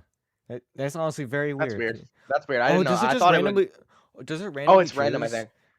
Dang, right? Right, you getting lucky every single turn. Let's see. Gardevoir Mega Evolves. Do we see? This implies there's no Mega Evolution on the Staraptor, so we could see a very similar play to Game 1. Super Super Fang. Fang into the thingy. I forgot the name of the thingy. Into the Staraptor, Staraptor. yeah. It looks like it's gonna be a double up. Wait, is it gonna be a head smash? Because if it's a head smash, Head Gardevoir smash. It might go connects. down. It connects, and then Gardevoir barely Holds holds on. on. Gardevoir holds on. We see Hyper Voice, and Right, then able to get now, off this Hyper uh, Voice, knocking out ju- the Staraptor. No Tailwind in store for Shike, and no Focus Sash on this Hisuian Arcanine. More importantly, mhm. and because Shike opted for the Crazy call out turn one.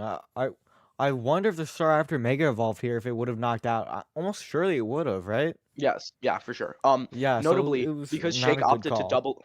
Notably, because Shake opted to double up into the Gardevoir, Maushold does still have that Focus Sash fully intact, which kind of locked Mhm, Sylveon into going for Hyper Voice because Quick Attack would pick up, but you do have this annoying little mouse that'll keep clicking Follow Me, keeping his partner safe.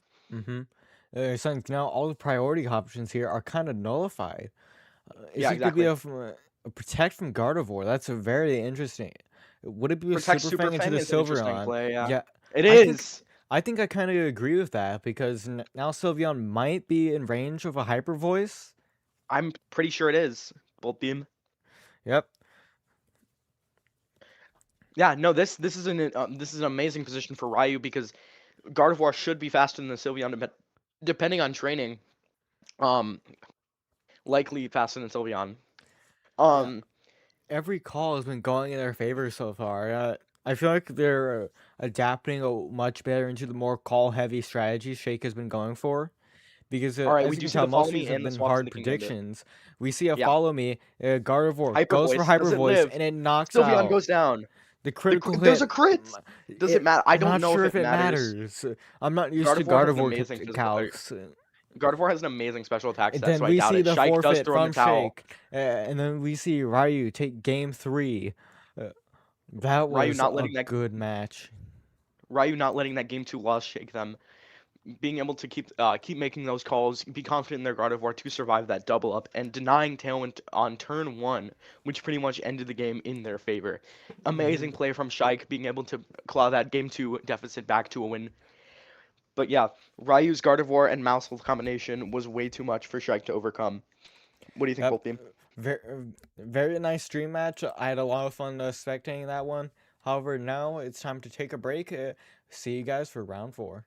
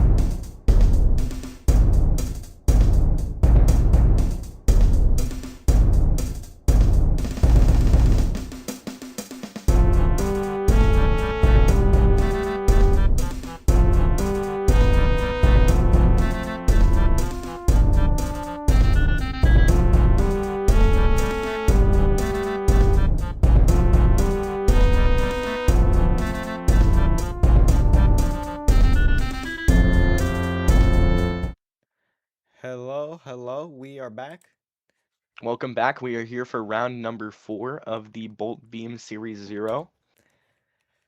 Yep, if Rickinich makes it to the match, which hopefully we will, we're going to be seeing a crazy, we're going to be seeing a really cool matchup play out. We're going to see, uh, actually, I need to update the images. I'm pretty sure we're seeing a double Glamora mirror, one with a Glamora Sash Mirror. Glamora, with And one with a Mega Mega Stone. Blaziken and Mega Aerodactyl, and then another with Mega Glamora next to Mega Charizard. The, the team famously piloted by Elizabeth. And totally created by Elizabeth. Because Yep. Elizabeth totally creates teams. Yeah. Mm-hmm. It totally doesn't steal them from children. Yeah. uh, Um, yeah. I don't think most people on the stream know about the lore. okay, yeah, these are two very powerful HO teams piloted by both of these players. And yeah, we only have 10 people left undefeated in this tournament. Um, yeah, soon soon enough it'll be down to 4/5. Oh I'm yeah, pretty sure I soon already enough it'll have be down this to 5. team in my files. Thank God. Okay, so team number 2. Um. Or sorry, we have not we have not I don't know how I got this wrong. We have 15 players left undefeated, not 10. I don't know how I got that wrong. Okay. Um, Team sheet. Where is it? This one. That looks correct. Pretty correct to yeah, that me. is correct. Okay, cool. Uh, oh wait, are you Wait, looking I at don't my see it. Never mind. OBS? Never mind. I don't see it. I do not see it. Never mind. Yeah, no, I'm still on Whoops. the caster screen. Actually, I can transition to it. Here, let's talk about Rickinich's team, real quick. It's the Mega Yeah. Glamora Charizard stuff. Yeah, this team has a lot of different ways to deal immense damage, whether it be physical or special. Has the patented Zard Whimsicott, that's been popular on so many teams throughout the course of Pokemon Champions. You also have uh, King Gambit, which again another staple, and then you have a Life Orb Como, which we saw NB Ryu have one of those last round. Did not see it in battle, but maybe we will see this. Como has Aura Sphere and Clanging Scales, able to deal with mons like Incineroar and all that. And Dragon type is very hard to resist. One of those other types that's hard to resist. Then we have a Alolan Ninetales, which again able to get some weather control, maybe do a little bit of supporting with the disable, and deal a lot of spread damage with the Blizzard. Mm-hmm. Now we're almost ready to go to someone official's team. Yeah, Actually, there's also adaptability Mega Glamora, which just does infinite damage. hold on. Give me 1 second. Actually, I'm probably going to have to delay talking about someone official's team because the match is almost The match is ready. starting? No No, way. almost. Okay, I okay. gotta update the player names. Got you. Yeah, and then we have the last one I didn't talk about is Charizard Y. No explanation needed.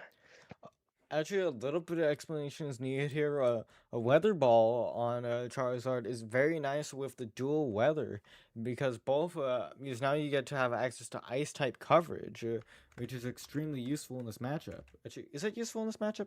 I was just kind of saying Uh, things. yeah, I'm pretty sure there's a Hydreigon on the opposing team, which yeah could make the Weather Ball very useful. Mm-hmm. Something we'll cover later, but the Hydreigon lacks Snarl, since it can't really mitigate the Charizard very well. Okay, I'm ready to stream them. Let's transition over. I'll talk about someone officials team after game 1. Quick notes here. Blaziken has Rock Slide, so it might be a roll to KO Charizard depending on its EV spread. Most Charizards likely live that. Yeah, let's see. They're usually trained. I know in MA. Hold on, they're asking for the Twitch channel. You know, we're not even on Twitch. We're not on Twitch. Yeah. Hello, welcome to stream, everyone. Game one is about to start up. We are starting with someone official. Yeah, Yeah, someone official and Rickinich. Rick Inch. Rickinich. I always said as Rickinich just because my phone screen was so tiny and I just assumed it was like, I don't know. Yeah. Okay. It's beginning. We did not get it right. Or no, we did. Okay. Never mind. Yeah, I get to choose. I was about to say, there's no way. There's no way. Okay. Yeah, I could possibly see like an easy lead to get up Tailwind from something or from someone official, or you could see them leading that Blaziken with the Sneasler, which pretty much guarantees a speed boost. And after a Mhm. speed boost, the Blaziken outspeeds literally everything on Richards' team. But we will have to see. What do you think the leads are going to be like, Boltbeam? Um, uh, it's gonna be a really bad situation for someone official because I know back in MA most people trained Aerodactyl to live Power Gem, but in all reality, since Glimora fell off, it might actually not be able to live a Power Gem from Glimora. Actually, it's Sash Glimora. Never mind, it should be fine. But I wonder I if don't know. Blaziken is able to Depends. take it. Actually, wait, does fighting resist rock? Am I LARPing? Yes. Fighting Fighting resist rock. resist rock. Okay, Rock. I am a Yes, you're LARPer. LARPing. Okay. Okay, Okay. since We're I think I'm let's. probably Okay, leads are coming out. Um, okay. I think Blaziken might come out here, but okay, we see we Whimsicott see and the Alolan Whimsicott Ninetales. Ninetales. And then from someone official side, we see Sneasler and Aerodactyl.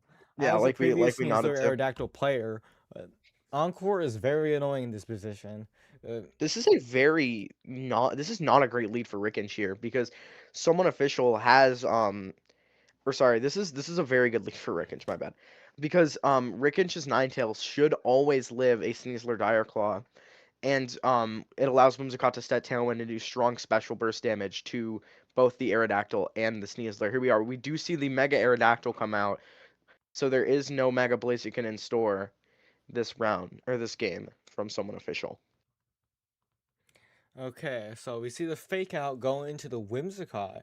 Are we gonna see a, a dual wing beat to knock it out? We see No, the it's a rock rock slide and it slide and misses. then Ninetales avoids. Uh,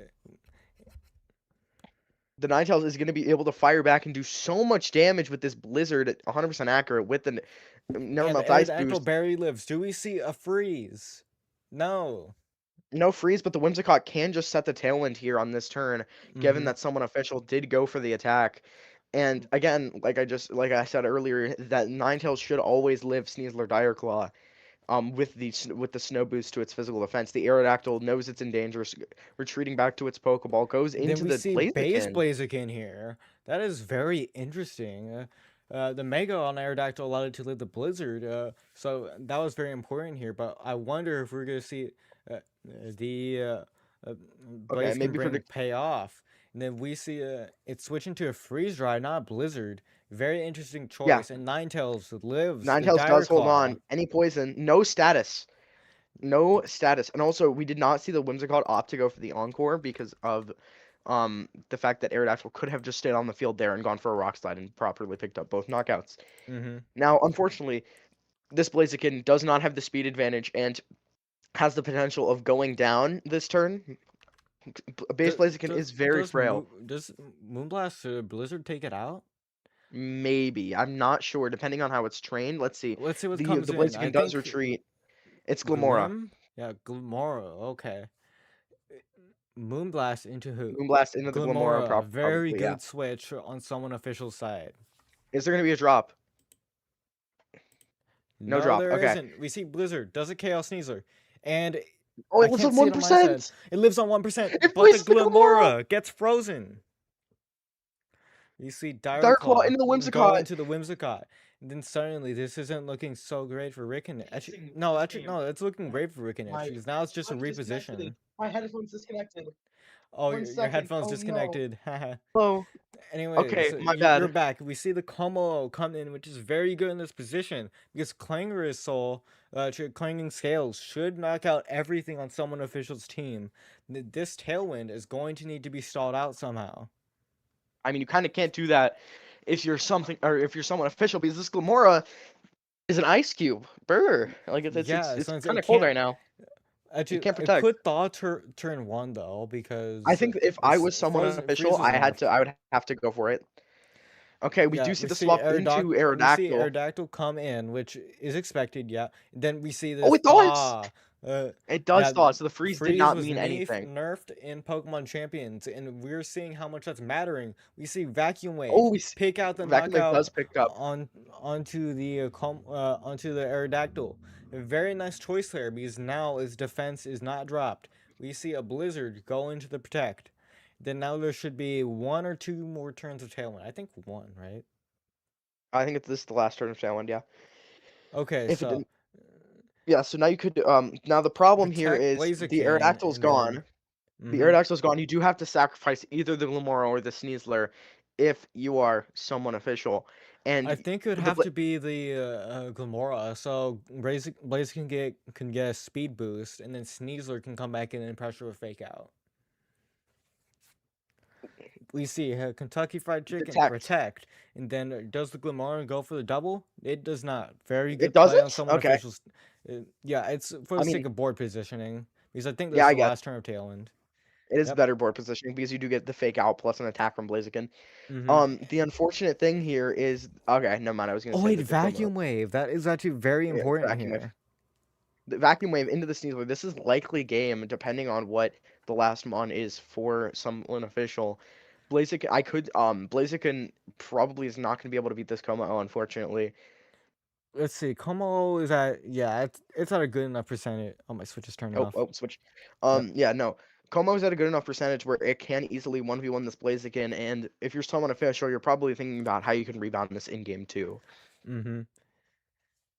Let's see. Where does the fake out go? Because if someone official predicts the Como to protect, it could be a very interesting position. I don't see him handling the King Gambit or Glimora or Charizard in the back. I don't I could think any see. of I could. those. Wait, what's the third move on the What's the third move on the Blaziken? Uh, it's Rock Slide, Flare Blitz, close combat. I think maybe Charizard is Yeah, manageable. maybe. I think King Gambit also is maybe manageable. I don't know. No, We do not see the read. because it's Sucker Punch on King Gambit. So it's the Oh yeah, Sneasler no, being that's it. forced That's to. game. That's Yep. game. Yep. Okay. Ninetales No, goes for Blizzard, and it does there quite a bit of damage to the Blaziken.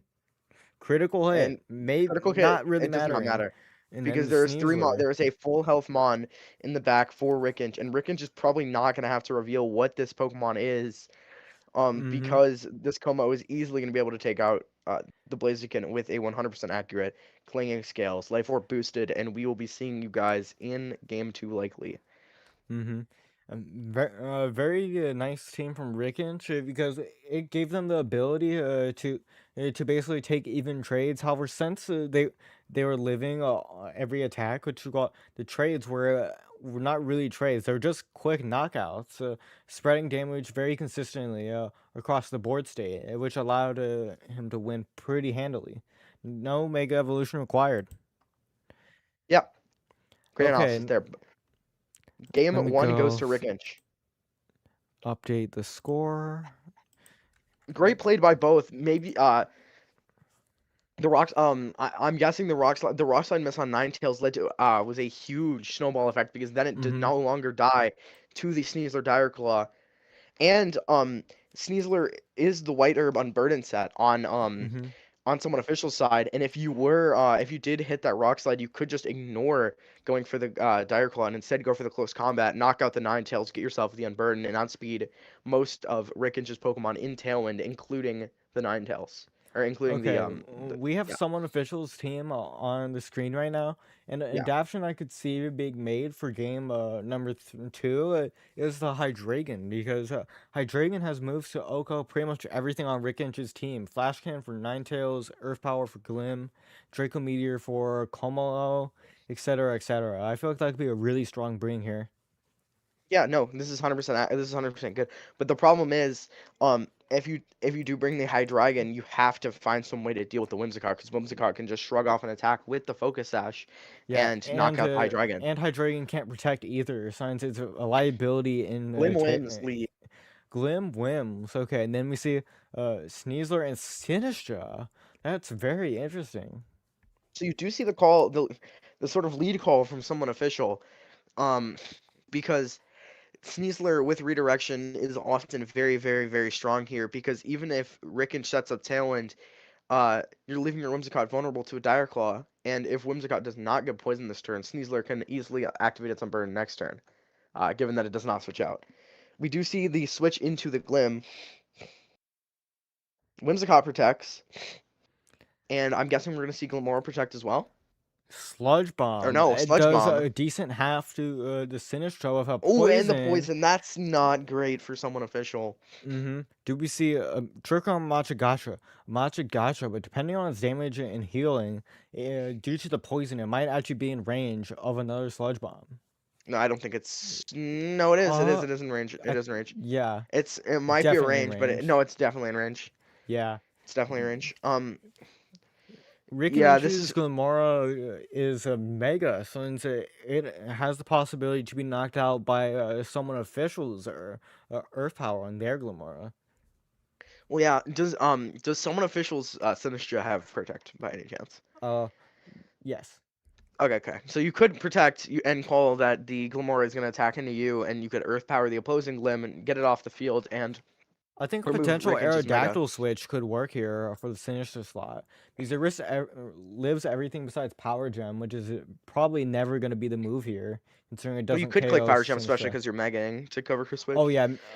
yeah, the Mega, which we got probably. Okay, no Tailwind and Oh, no Protect and no Rage Powder. we see a Sludge Sludge Bomb Bomb. go into the Sinistra and knock it out. Something to notice about last turn that I didn't get the chance to call out, the no Mega was probably to get Toxic Debris up on someone official's side. We see Whimsicott live the Sludge Bomb. Is it going to get poisoned? No. No, okay. And I think someone official is happy that this Whimsicott does not leave the field because in almost every format you want your Prankster Tailwind user off the field and to get in your secondary sweeper with as many turns of Tailwind as possible. But instead, this Sneasler from someone official is ready to activate its Unburden. Mm-hmm. It's quick to note here, Sneasler may not be knocked out by a Glim Earth Power, but it will definitely be knocked up depending on its training, but it will be knocked out by a double up, Mm-hmm. which leads to another set of reads because you could We protect the see Sneasler. Spiky Shield, We but see Spiky no Shield. Protect. If it's a No fake protect out on into the Whimsicott. Whimsicott, it is Oh, it's not. The Moonblast into the sash Glamora to chip the onto the sash. Glamora removes the Focus Sash, and now Earth Power from Rickinich will be able to take it out. We see a close Close combat combat into the Spiky into Shield. potentially important as well because now Earth Power from Okay, Rickinich's Glamora can take it out. this is kind of this is an interesting board state. It is a 50-50 right now. Rickinch has the Tailwind. Rickinch can only knock out one Pokemon on this turn, and I think it could maybe be both an encore into the Sneasler to force it to lock into CC, which it might not KO the Glamora, but since encore, which makes a close combat choose a different target, it could be directed into the Whimsicott, which would be really bad for someone official. We see okay, we do not Moonblast see. Okay, we go do see into the Moonblast. No Sneasler. protect. I guess you are just saying that I'm gonna knock out this Glim regardless. It is gonna be Earth Power into the opposing Glamora. This thing is going to be gone. Now, Sneasler is likely going to activate its Unburden here Which with is the very close important, so combat. it can outspeed. Oh, it's Now does adamant since it doesn't outspeed with Whimsicott. okay, it does knock out critical hit likely does not matter. Mm-hmm. Um Mega Glamora is down, but if you're someone official, what do you do in this board state? You don't have any priority moves readily available to take out the 1 HP Whimsicott, and this And Ninetales it's the comes last out. turn of Okay. Tailwind, I believe. So if you're kind of forced to protect on the Sneasler, but then that leaves you up to an Encore. We see Ninetales here, which is probably the perfect Pokemon to have in this position, because Blizzard plus Moonblast will knock out any of these Pokemon. Okay, well here's the thing. Sneasler is just barely likely able to live a Blizzard, so you do have to double into either slot to win to knock it out. So if you're someone official, it is not quite over here. If you're We're someone seeing the official, Mega you have to Evolution on Mega Aerodactyl, very yeah. important here, because it will allow it to live a Blizzard potentially, as we saw in Game 1. Does Sneasler If you're protect someone or does it attack? Wide it has to Guard, yeah, a wide very guard, yeah. smart, yeah. Do we see the Do, read do we on see the it double up? though? We see Moonblast. Moonblast into the Aerodactyl, so Sneasler will get to attack this turn. Mm-hmm. Because Freeze Dry can no longer freeze in Pokemon Champions. So even if it was a Freeze call, Dry takes out the Mega takes out Aerodactyl. Aerodactyl. The Okay. Wide Guard proving to not be useful, so it gets one more attack off. Sneasler How gets an attack off. What is it? It's it's Dire Claw into into the the Wims. Whimsicott. That's probably your best play for someone official. No more Tailwind for the rest of the game. But you do still have this Ninetales that it is able. It was shown last game. It is able to live the Sneasler Dire Claw. And Como since is it's the not last single Mon. target, a Blizzard will always knock it out, and also Clanking Seals will also knock out Sneasler. So I'm pretty sure this is locked up. Yeah, this is locked. This is a locked up game for Rich. You attack with either of your Pokemon, and you likely win. Dire Claw We into the see Dire Ninetales. Claw going to Not going to be Ninetales. able to It pick up the. lives. Not going to be able to pick up a KO. No statuses. Blizzard will come out, and we have Rick Inch starting out 4-0 in the Bolt Beam Series 1 or Bolt Beam Series 0. Yep. Very clean match from Rick Inch there. Always being able to maintain a tailwind and a strong position there, showcasing why this team is so strong.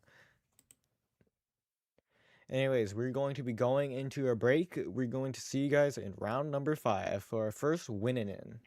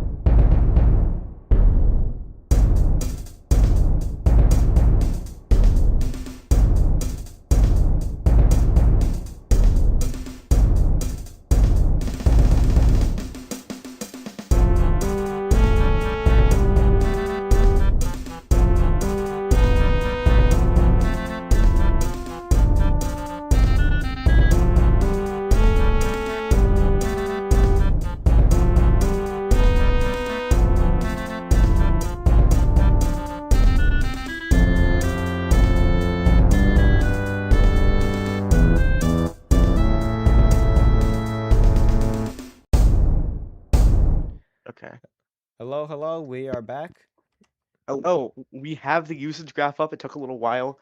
Um, as the next round is being set up, we still I still do not have full information of who it's going to be on, so it's going to be a surprise. Um, we see the usage stats, the very min-maxed usage stats. We have a 32% difference between, or yeah, 32 and a half, or 32 and or 2/3 percent difference between the number 1 mon and the number 12 mon. Very King Gambit Garchomp centered, as there is a there's a 13% drop off between Garchomp and Whimsicott. As you can see, all of these mons are very good supporting attacking pieces. Supporting and or attacking pieces. None of these are centerpieces to the team. This meta has gone a lot more. Everything should fit your mega instead of your mega should fit everything else. You have the Pelipper and Archaludon. You have the Pelipper, Archaludon, and Grimmsnarl core from the double weather team that won the Grand Champions Festival Encore, and then you also have just the very best mons in the format at 1 through 6 here. Standings wise, we have A Money 5 in the number 1 spot, and Rickinch, Evan Santos, NB Ryu, and Cataclysm rounding out 2 through 5. And I'm pretty sure our next match is going to be Cataclysm versus Evan Santos. You are correct. Yeah. I've After got this, we will. Cataclysm's team up on my screen. No, that's Evan Santos's. Let me switch it real quick. After this, we'll be dipping into the 4-1s to stream a match. And then after that, we will be going down to the 4-2s so we can get as many win-ins as possible, as many tense matches. Here we have Cataclysm's team with a Mega Hawlucha. You don't really see a Mega Hawlucha that often. And you have this kind of Trick Room core with a Brave King Gambit, Torkoal, Farigiraf, Quiet Sylveon, and a Kangaskhan. So this is kind of a hard Trick Room team in disguise, with the Hawlucha being playing the role of the fast mode. Yeah, very interesting team we have here. Usually when we see Mega Halucha, it's Fissure or entrainment next to something with Fissure. However, we're seeing Stone Edge as coverage to hit Mega Charizard Y for super effective damage and probably a one-hit KO. Mm-hmm. Anyways, the match is getting loaded up here. It should be 1 minute. Yeah. You're now being Sorry about the changed. break. Oh, it hit 5 o'clock. What So happened? now my screen hit Oh, the reset. in-game update. Yeah. Yeah. So sorry it took so long. I'm pretty sure there was a Sol match going or something like that. I don't remember. We have a couple of Let me go put on the um other team sheet for you to talk about real quick. I think we yeah, have time. okay. It's a Delphox offense team. They're utilizing the strong offensive core of Delphox next to Garchomp for free sped damage with Earthquake, Rock Slide, and Heat Wave. Yeah, you also have this Mega Raichu Y and a Scarf Serena playing the role of the Farigiraf, where Farigiraf doesn't really fit on this team because this team just wants to go. Serena is also able to take on threats like Garchomp and neuter threats like Basculage and King Gambit. You also have the standard Milotic set with Coil and Muddy Water. Coil not only makes your Muddy Waters super accurate, but also your Hypnoses, I don't know. It's Hypnosis. Yeah, so yeah, this team is a very offensive team, doesn't quite rely on one Pokemon. It should be a very interesting match. Mm-hmm. It should be 1 minute until it starts. Both of them are in the room. However, none of them are in the battle. Yeah, I'll pull it up right now. Okay, Evan is in. I'll make sure to get Cat on the right side. Yeah. Very interesting matchup here. We're gonna have to see how Evan handles the Trick Room here. Maybe I could see a Milotic angle trying to handle it, either setting up coils and spamming Hypnosis, or just generally having the bulk to take it. I could see a possible like a King Gambit lead, or it doesn't matter. Like with a hard Trick Room, you kind of have to figure out how to either disable the Trick Room or survive the Trick Room, and it does not look like, especially with the Kangaskhan Fake Out, that it's not. I don't think it's gonna be possible that you could stop the Trick Room here. Yeah, it doesn't look very likely. Farigiraf is Citrus Berry. Actually, there's Actually, if one fake. Oh, you can leave the you can lead Serena Sarina if can next to Gambit. Kingambit. Yeah, Yeah. uh, because Queenly Majesty will be able to prevent the fake out from a Cataclysm's Kangaskhan, allowing Kingambit to do major damage to the Farigiraf. It might not be a one-hit KO due to the relaxed nature. However, Sarina will be able to get an attack off as well. This could lead to a prediction where Cataclysm could protect the Farigiraf and use their Kangaskhan to low kick the Kingambit. Yeah. No, it depends because like you have a bunch of different leads and you definitely don't want to be leading well you could still lead Kangaskhan to try and get rid of the King Gambit, but the King Gambit does have Triple Berry, so it will probably survive the attack. So I think there is a good way for Evan to get rid of this Trick Room. It's all up to Cataclysm to adapt and Evan to actually find the line. So we are going Okay, to be seeing let's see you're what it seeing- is. I'm Game one expecting of Swiss yeah, Round 5 is starting. I'm expecting Serena King Gambit from Evan. We see It is actually Delphox Delphox Milo. Melodic. Very interesting here. It's Encore on the Delphox. Okay, Very yeah. interesting to know, since it could Encore the Kangaskhan into Fake Out if it so chooses. But I feel like if you do Encore this Kangaskhan into Fake Out, it's just gonna switch out and then you have Trick Room up. So I feel like there is A a way switch for on the yes. If this Delphox. is Serena and a Hypnosis into the Furgraph, Trick Room could be prevented for if the Furgraph does manage to fall under the spell of the Hypnosis.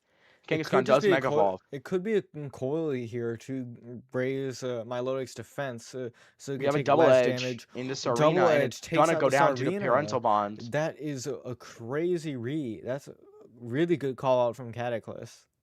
Let's see, does the Milotic go for the Hypnosis? And it goes It for the goesn't go coil. for it goes for the coil instead, offering or going for the boost instead of the prevention of this Furgraph. Do you have any Now, clue if the Milotic will underspeed the Kangaskhan or not? I think so. I'm pretty sure. Unless this Kangaskhan is brave, which I'm pretty sure it's It's not. it's adamant. So Yeah, yeah, so I'm pretty sure Hypnosis it will should be not able to go. underspeed. Hypnosis will be able to go first. And since this Farigiraf doesn't have very good damaging options here, it could just be a Encore, but it could also be a Psychic. I'm pretty sure it's Psychic.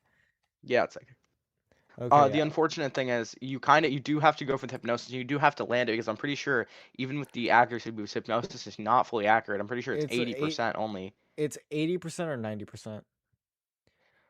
Protect on the Delphox does protect. I Delphox. assume you're just trying to put as many mons to sleep as possible. Sucker Sucker Punch does fail Punch. into the Delphox, and the Hypnosis is not going to come out just yet because Furgraph's clicking an Yeah, attack, and Farigiraf because slower. Milo. Yeah. Wait, yeah, Does no, because barely any Sucker Punch came out. damage. Okay, And then we see Hypnosis Hypnosis onto the comes out Kangaskhan. into the Kangaskhan, and it does hit. I see a way. There is an interesting play Evan could go for. You could click Hypnosis into the Kangaskhan slot, predicting that Cataclysm would switch out into a mon like the Torkoal or the King Gambit, and if you do land it on switch, and you kind of do just win this game on the spot. I You do could. kind of agree with that play because Farigiraf is not putting on much pressure right now, and we see the Ooh, coil predicting second the coil, Kangaskhan to stay in. So I'm pretty and sure it does Hypnosis stay is in. 100% accurate now. Hypnosis is 100% accurate. Muddy Water was already 100% accurate. And this Milo has the potential to sweep the entire team, or well, not sweep, Interesting but it thing has about this damage right here, though, where Heatwave barely did less than half to the Farigiraf, since not only is its Citrus Berry not activated, if Sun gets set up, it would get knocked out by a Heatwave. However, it's a Sylveon coming in, and Hypnosis Evan comes. predicted the switch. Well, he could have So now just. the Well, he Sylveon also. is slept. Okay, the Kangaskhan Kangaskhan wakes does up, wake up, goes for double edge into the Delphox, and it presumably. It knocks is going out. to knock out. Yeah, no, Evan had a very safe play there. If you click Hypnosis in the Frigoraph and Frigoraph doesn't switch out, you do have a sleeping Frigoraph. Some you do just have a free board state to get him on to sleep. The Sylveon has not taken a turn of sleep yet. So it will be sleeping this for this turn. Milotic could put this Kangaskhan back to sleep, or it could just go for the Muddy Water, try and finish it off. And if it does manage to finish it off, the Sylveon is going to be in danger. We do get a protect from the Garchomp, so I assume Mm-hmm. this is just going to be Hypnosis into the Kangaskhan slot. Sylveon does take its first mandatory turn of sleep. Muddy It's a Water comes Muddy out. Water. I don't agree with Muddy the protect there because you can't. Oh, it doesn't knock out. That's Accuracy falls on the crazy. Sylveon, not on the Kangaskhan. Kangaskhan goes into the double edge goes into the Garchomp protect. Um, yeah, no, the Sylveon has a very low chance of actually connecting with an attack. First of all, you have to wake up. That's a 50-50 chance, and then you have to land the 75% accurate move, whether it's Hyper Voice or uh Hyper Voice or Hyper Beam. And if it is Hyper Beam into the Milotic, it's actually lower accuracy than 50 or than 75%. It's like 65-ish%. So it's very Mm-hmm. unlikely that all of that happens. Earthquake, you do have your own Milotic on the field, but it really doesn't do anything because your Milotic is at +2 defense. Defense, yeah. It risks a Muddy Water crit, comes out. but generally it's fine. Muddy Water Muddy Water comes comes out. out. Sylveon Does the hangs Sylveon on. wake up? It wakes It up. does woke up. Good Doesn't connect hit. the Hyper Beam. It Or no, it doesn't go for Hyper Beam. It goes for Hyper Voice. Dragon and I or think yeah, that's game Garchomp one dies. locked up. I think yeah, that should be it. Evan did not get that much value out of this Garchomp. Only got one Earthquake, but the Milo is still alive. I don't think it lives any attacks from this King Gambit. It just It's depends actually a on everything in the Torkoal back. switch in. Uh, Okay, what's so the last Mon for there's Evan? they're sacrificing Oh wait, information never mind. for It the didn't die. It died yet. KO. Okay, Evan has a way to win this, and it's if you accuracy drop the Torkoal with Muddy Water, and it just never attacks. Actually, that is true. Uh, It, yeah, it, it I just ne- forgot what health Photograph is on, but perhaps it it's is pretty in Muddy healthy right Water now. range. Actually, oh wait, no. It's at like Okay, is it gonna be an accuracy 59. drop into the Torkoal? I don't know. Probably I don't think so because I I think it don't think goes so before. either. Yeah. And then Weather Ball No, goes into the Milotic, Weather and Ball should it be more probably than enough. KOs. It should be more than enough Yep. to pick up, and Cataclysm will take this first game here in the series. Mm-hmm. I would like to how Evan played. However, Kingston was allowed to take way too many KOs early game, uh, it was basically I hard to personally win in think or out Trick Room. I personally think going for a second coil wasted way too much of your tempo. You kind of had to go immediately. Yeah, you kind of had to go immediately instead of trying to set up because the main threat is the Torkoal on this team, and Torkoal still does do a decent amount of damage with the Sun boost and the boost from its held item. Mm-hmm. Anyways, I'm pretty sure game 2 is starting immediately. Don't have time to talk about much else. Mm-hmm. Yep. Do you think we could see any adaptions here, Wolfbeam? Uh, I'm unsure. Maybe it could be a Sirena in the lead slot, because even if the lead is unadvantageous, it does have Choice Scarf U-turn. But not only good damage onto Farigiraf, but it can also bring something like the King Gambit for free.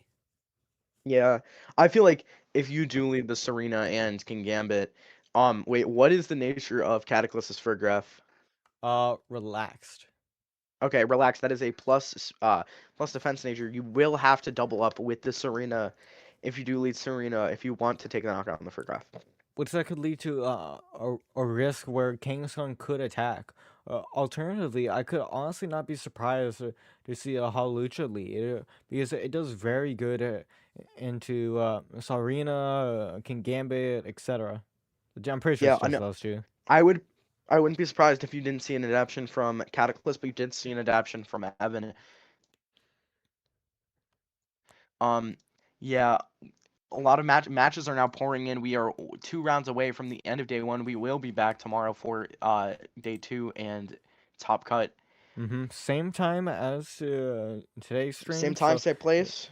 yep, 2 p.m. PST, 5 p.m. EDT, and other time zones I do not have memorized. Just use yes. Just same time you came today, come tomorrow.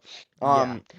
All right, Serena Milo. This is honestly a pretty decent lead for Mm-hmm. Evan because you could just go for the raw hypnosis and go for like a trop kick into the Kangaskhan Mm-hmm. to weaken its attack because Kangaskhan cannot click Fake Out or Sucker Punch on this turn, so you can only click Double Edge or Protect. Mm-hmm. We see the Mega Evolution on the Kangaskhan. which of course it was. However, the Sarina's move here is very important. We see drop kick. Yeah, It does a slight chunk of damage to the but the more important Kangaskhan, thing is but the it attack, lowers the its attack drop. attack. So So let's my see how much this Lodic does. is can cleanly live now. Wait, Oh, does it die? the, Oh my god, I yeah, think it it does. It dies. does. It does. Oh, the crit is Oh my insane. Wait, it lived, god. it lived, it lived. Wait, but the crit was It insane. it lived so barely. It does have Oh, that's recover. It that's does have recover. However, it's slower than the Fourier graph. that crit is, if it was a hypnosis, then Evan would be in an immaculate position because Kangaskhan would then be in a range of another drop kick and Furgraf would be sleeping. But if that did not crit, Evan would be in an amazing position as well. So I guess this was just the worst of both worlds here for Evan. Mm-hmm. A very bad position now because Milotic is arguably your most important tool in this matchup to handle things like the Torkoal, the King Gambit, and the Kangaskhan. However, that crit turn one does suddenly Milotic is at such low health. It faints to like any move at this point. A Hyper Voice and a Yeah, Psychic. Hyper Voice, Psychic, whatever. Now Torkoal just gets in for absolutely free, and I think Yeah. this might be the beginning of the end here because Milotic is going to go down. Sarina locked into the drop kick, not going to do anything to a base 140 physical defense Torkoal with the resist, does no damage. Eruption's still going to be doing plenty damage into all of Evan's Pokemon. The only hope Cataclysm has is that Delphox and Garchomp can both live an Eruption Hyper Voice double up. But you gotta make the most of that turn. Because you Yeah, only get one chance. I don't think that's going to happen because both of these Pokemon can do so much damage. I think this is going to be a knockout onto the Serena and possibly a knockout onto the Delphox if given that this Hyper Voice will then be single target. It is Oh, going to the be a switch switch out, so into no single Garchomp, that is target. pretty And smart. it's Kingambit. It's Oh, it's Kingambit, not Kingambit. Garchomp. So Oh, this it's should Akaberry. It's it's Akaberry Octoberry. Kingambit. Yeah. I think Uh, Octoberry Kingambit lives, but what are you going to do after? Your Delphox possibly gets knocked out here. I think maybe a Psychic into Torkoal to weaken the Eruption, but even then Heat Wave is doing so much damage. We see Kingambit get knocked Delphox out by shrugs the it off. It's Eruption not Octoberry. anyways. Wait, it Uh, was not Octoberry. Because it did not. Wait, it was not Akaberry? It was Uh, not Octoberry. huh. Because it Okay, says that Hyper on the Voice team comes sheet. out. Um, Octoberry didn't come out. Do you want to? The game's over. I think the. the Wait, game's yeah, no, over the any. game's over. The game's over anyways, but I'll tell him. Wait, yeah, it didn't eat the berry. Yeah, I don't know what to do. It didn't eat the berry. Okay, yeah, no, it's over. Yeah, no, it's over. You just click Eruption here, and you click Hyper Voice, and it's gonna be it. Switch turning off now. Yep. With the switch just turning Fixing that. off. Okay, cool. Yeah, no, this is pretty over. Cataclysm just navigating super well. Navigating what to do after they got that crit because after you get the crit is the most important part. You can't take the lead and squander it. You do have to deliver. That is going to be it, and Cataclysm is going to be in day 2. We will see you tomorrow. Yep. Very first lock-in today. Very just clean set from Cataclysm. But Yeah, the double edge really pushed it over the edge. Very entertaining stream match. We and love to see some cool Pokemon win. notably, we have our other 5-0s. Our other 5-0s now we joining Cataclysm. We have NB Ryu and Astro Bears are both 5-0 right now. Mm-hmm. And I think this is where we take the break, and we will be Mm-hmm. back for round number 6. Yep, we will We'll be be back. streaming a win See and ya. in. Yep. Yet another win and in. See you later.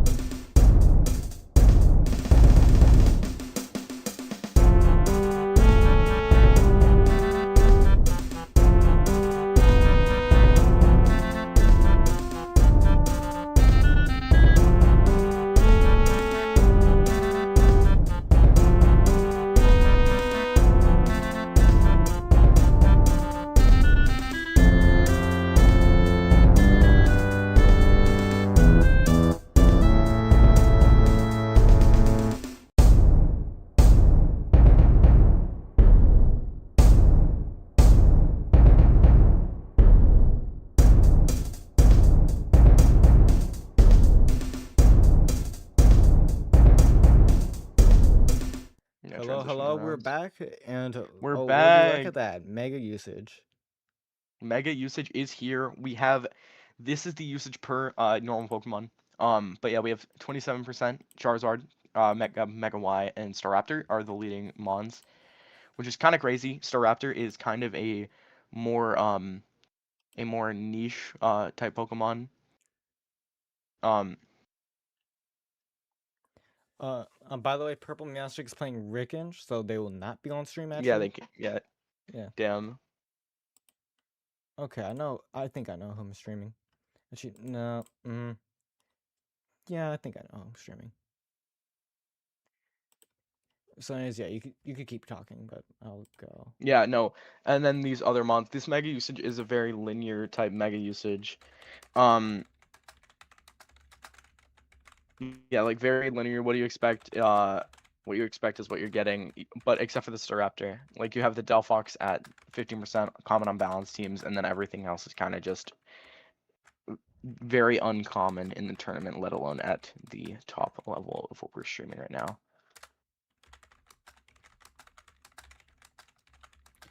Okay, very cool thing to note is that Raichu has been seeing a really big rise right now. It's a very nice partner for Staraptor. I'm not sure what else it's a good partner for. It's a good partner for the Milotic on the Dalway C team. I'm not sure if anyone's running that today. Yeah,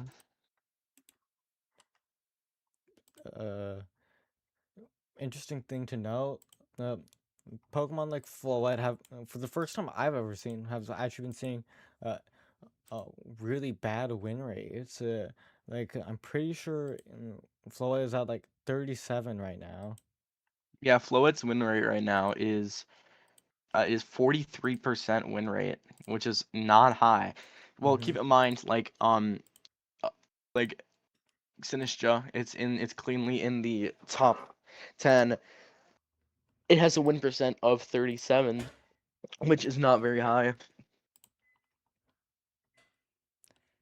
Yeah, no, there is not a single Mon except for King Gambit in the top. Actually, King Gambit and Incineroar are the only Mons in the top 12 that have a positive win percent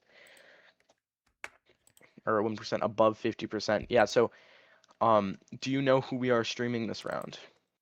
I do. I'm getting the images will take a bit, but we are streaming Annihilist and B Dog Platinum. Okay, okay. Yep. You can go pull up their teams as I'm getting everything set up right now. All right. Okay, the room isn't set up yet, so I could probably get someone's team sheet done. Who do you want to talk about first? Let's talk about analyst team first. Ah, wrong thing. Oh, I made it the background. Uh-oh, uh-oh, uh-oh. That's not good. That's not good. Anyways, yeah, continue. All right. Yeah. I don't have. Wait. Let me pull it up.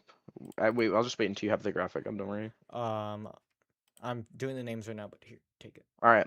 Wait. That's okay. Yeah. Yeah. So this is analyst team. You have the Omega Gengar with Parasong. This is a kind of a combination of two teams we have seen in prior. You take the Blaziken, King Gambit, Basket Legion, and Ninetales. Change the sets up. This we're used on a team that got top 16 in the Grand Champions Festival, piloted by Snorlax Pikachu 1, and then you also take Gengar and Incin off of any standard Perish Trap core, and it does definitely work here. You have King Gambit to deal with the things that King Gambit deals with, which is like a lot of things, especially with Tropical Berry. And you have Everything. Ninetales, yeah, and you have Ninetales Gengar lead into stuff where you could just click double protect and then encore disable stuff if you really need be. And you have a bunch of different modes. You could bring no Mega and it probably still works most of the time. And it looks like a very strong team with some very strong Mons on the team. Very, very interesting way of running a Parish Trap. However, on the other side, we have B Dog Platinum running something very similar to the team we showed off earlier. However, Yeah, instead of the King Gambit and Basket Legion, it's Meowscarada and Aegislash. What do you have to say about those? Masquerade are really good at beating both Basket Legion and King Gambit, and Aegis Slash very good at beating Sneasler and Mons like Floette. Um, I can see it's just very meta, very like meta defined because you just want to beat all of the best threats. Notably the Masquerada is Overgrow to take advantage of when it gets dropped down to Sash instead of what you usually see on like the Scarf sets of the Protein. The Mousehold is Choppleberry because the Sash is on the Masquerada and it does have Taunt over what we saw on NB Ryu's side with Feint. And the Gardevoir is Psyshock, or yeah, Psyshock Trick Room over something like a Thunderbolt or a Psychic or a Vacuum Wave. And the Como set is also different. So everything's a little different, but it's Mm-hmm. still same vibe, same Mega Gardevoir energy. I really like the Trick Room adaptation here because that allows the Aegislash to be really strong. Like maybe actually that also gives a lot of flexibility to the Mousehold Gardevoir lead because you could do the Follow Me Hyper Voice so that most people expect. However, if it's a Follow Me Trick Room and you take out the Mousehold, the Aegislash could suddenly be a really strong into almost every mon in the game. Yeah. No, yeah, I completely agree with you. One This is gonna interesting be a thing really to good note set. about the Como is that it lacks Vacuum Wave along with the Gardevoir, since Kingambit actually looks like a pretty big issue for this team. Uh, because if it's allowed to get off a Sucker Punch, it could KO anything besides the Como or Masquerada, which are its dedicated checks. And I'm pretty sure Low Kick doesn't even KO Kingambit with the It Masquerada. It does. yeah, It doesn't. without Protein, I don't think it does. Oh no, it doesn't. There's times where it hasn't KO'd with Protean. Let's see. It's Troppleberry King Gambit anyway, so yeah, the King Gambit looks super dominant here. However, the Gengar mode doesn't look very great because the Gardevoir, Aegislash, and Meowscarada all handle it very well. Mostly the Gardevoir and Aegislash. Meowscarada doesn't do much of knockoff, I don't think. I'd assume we see the no mega mode from Analyst and the Gardevoir can get or the Gardevoir Como mode from Gardevoir Como Talonflame mode from Dog Platinum because those are their best options into each other. I could potentially think about the Blaziken coming. It's not good into Talonflame, not very good into Gardevoir, not Como. But I actually, don't think any of the I yeah, I don't don't think think. any of them I don't Yeah, think either actually no. Mega from Analyst is gonna come because yeah, the Gengar is very bad into Gardevoir and Meowscarada and Aegislash and even Como to a degree, and you could say the very same thing about Blaziken except swap Aegislash and Meowscarada for Talonflame. And if you're It's bad into three also mons bad on the in team, it's also bad into Aegislash because it's holding the Aqua Berry. Since after Flare Blitz recoil, Poltergeist probably knocks it in the Blaziken in one yeah, hit. for sure. Still waiting on an Nihilist on getting in the room. It's taken like 3 minutes. Analyst, please get in the room.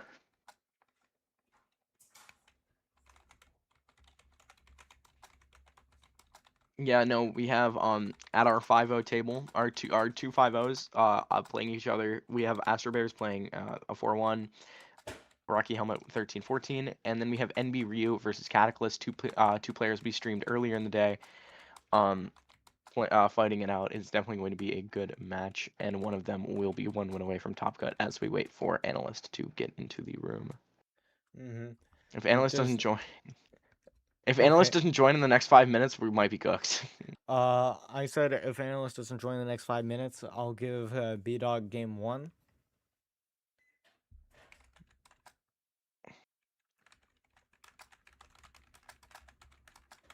Okay, Nihilist is back in the chat at least, so. Yeah.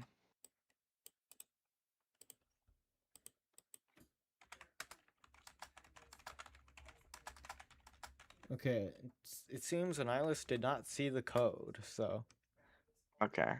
I'm glad I said something, or else we probably wouldn't have a match. Yeah. W clutch up from me. Uh, Anyways, yeah, the matchup seems very skewed in V Dog's favor, I want to say. Yeah, no, there's not that much that Analyst could do. Yeah, I'm really trying to think about it right now. It's like, yeah, the non-mega mode is probably fine, but even then, Tailwind plus Gardevoir and Como is very dominant in this matchup. Along Ninetales is like the only Pokemon that could handle everything here. Okay.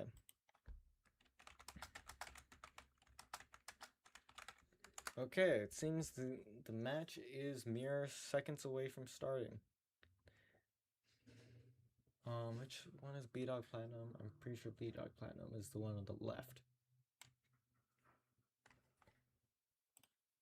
Okay, got it right. Okay, my screen is super small because I'm in studio mode, so. Okay, we are in team preview. What do you think we'll see from a Nihilist? I don't see the team preview on your screen. Oh, transition. Boom. Okay. Uh, from analysts, I think you're gonna see a like a Incineroar or plus Kingambit lead or an Incineroar and Basculegion lead to get fake out pressure in early. Um, I don't think you're going to see either Mega from Analyst here because neither of them quite do as much as the Ninetales or the Basculegion would. I could see a Ninetales Kingambit lead even to set up Aurora Veil and just start to have the Kingambit start doing damage while preserving Basculegion and Incineroar for the back for their own separate reasons. Incineroar to have a good pivot and Basculegion to power up at last respects. I think for B-Dog P, I think Juice cut out, so I'll be taking over. Uh, no, I think that potentially the Basculegion could be a liability here if Meowscarada is in the back, but game one is starting up right now. Let's see what are the leads. We see Gardevoir Mousehold as we saw earlier today, and then from a Nihilist, it's a Incineroar Kingambit. So immediately Incineroar is getting a fake out pressure, and the Gardevoir trace Defiant, which if it trace Intimidate, it could be really bad for B-Dog, as the Kingambit would be at +1, but all right, sorry about the that. Yeah, no. 50-50 went in the favor of B-Dog. Uh, yeah, no, that, wait. Yeah, no, yeah. I heard all that. But yeah, no, this is what I expected. I think the Kingambit on B-Dog side is Troubleberry, or Analyst's side is Troubleberry. So it does not have the Swords Dance. This is kind of just a free attack from this is a free double protect from B-Dog if he really wants to just a uh guarantee a successful turn here, and then you can just start layering down the damage with Guardy. So nothing.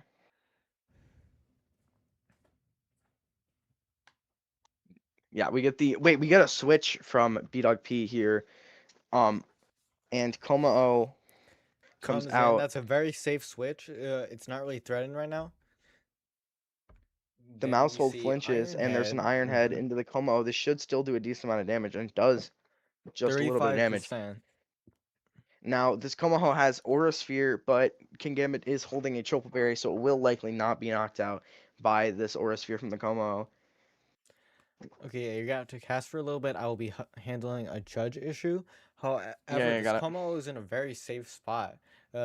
Just able to either Aura Spear to get to proc the berry, or maybe just click Flamethrower.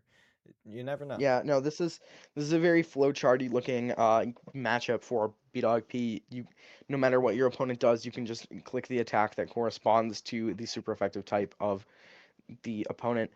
We do Blaziken does see the swap in. Blaziken in the back. Super That is Fang does very come interesting out to into see. the Blaziken. Superfang, It's going to be is it Clanging an Aura Scale. Sphere there? It It is is the Aura Aura Sphere, Sphere into the Blaziken, and it knocks and it does out. knock out. I don't. Blaziken, interesting play. That means that Ninetales or Basculegion was not brought in this game, which both of them have very are very beneficial to analysts. Let's see, is it going to be the Incineroar swapping back in, or is it going to be this unrevealed last Pokemon is either Basculegion, Ninetales, or Gengar? Likely not the Gengar. It is Basculegion. Basculegion now is forced to lock in to Wave Crash because if you lock in a Last Respects and Mousehold, please follow me, you basically just lose a turn. And yeah, you could lock in a Last Respects this turn and have Kingambit knock out this Mousehold as and then after the Mousehold gets knocked out, you can just start laying down last respects and hopefully try and swing the game back in your favor this way. Analyst has identified Basculegion as his win con. Is there going to be a follow me now? Because there is a switch. Incineroar comes in for Analyst. It is a protect from the Mousehold. Is this Wave Crash into the Mousehold slot? It is a flip turn into the Mousehold, trying to get rid of the mouse hold um and still gain some ground. Aura Sphere into the Incineroar does so much damage. This is gonna put it in range of any other attack from Komao. It's also it also means that you really can't do much with this Incineroar now. That's probably going to be the game. You can just click follow me with the mouse hold and click clanging scales, and the rest of your mons should be able to take it away for you. But okay, there you go. Yeah, I got Yeah, it fixed. nothing much else to say here. The navigation of the Komao here is really, really, really good from Analyst. Mouse hold swaps out into Meowscarada. I think that might be it because Flip Turn's going to come out, King Gambit's going to come in, or Clanging Scales is going to be used here. And I think you're going to see Basket Legion and King Gambit against the Worlds for Analyst.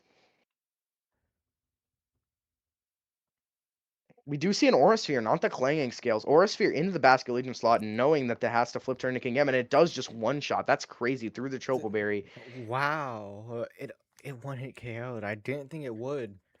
Maybe I it's a assume this damage King roll, but Gambit I is don't very. know. I Uh, assume this King Gambit is very physically defensive due to the fact that you still do need physical defense investment to not get one shot by Sneasler close combat when you're Choppleberry. So I assume that's what it is, and you're just not very especially in HP invested because you still want some attack. Basket Legion comes out and it is definitely over because you need to lock in the last respects to beat the Como, but you can't but then you can't hit the mouse Harada for beat much, this mouse hold. and the mouse hold too. Yeah, it's almost most definitely over. Yeah, yeah, it's pretty over. Yeah, okay. This is great play to game by B-Dog here. One game away from making the day 2 here in the Bolt Beam Series 0.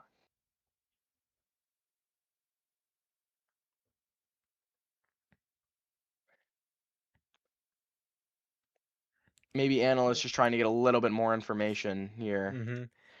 and trying I to get some wonder if a time to think. critical hit last respects would take out the mouse Harada from here. You think it would? Uh, well, it doesn't matter. I don't think it matters because if you lock in the last respects, you do just lose to the mouse hold in the back, and you can't. Oh Yeah, yeah, right, yeah, you right, can't. right. Wave crash. It It does does a not knock out, and lot. that should Okay. be it. Yeah, it's game. It's game. Let's see. Flower Como. Trick into the Basket Legion should knock it out from this range, Wait, and it does. I may be dumb. Did Incineroar click protect? Uh, it Did did. Incineroar just click protect? Yeah. Uh, that's on the team list, right? Yeah, it's on the team list. Okay, I cool. was not used to seeing that happen. Yeah, I get you. Okay, yeah. Analyst throws in the towel, and B-Dog P one game away from making day 2 of the Bolt Beam Series 0. Great piloting. This matchup seems very easy for B-Dog. Just click buttons with Komao and make sure that they don't gain way too much ground. You could play B-Dog P played very safe, not taking that many risks, and they still won without that much of a struggle. Mm-hmm.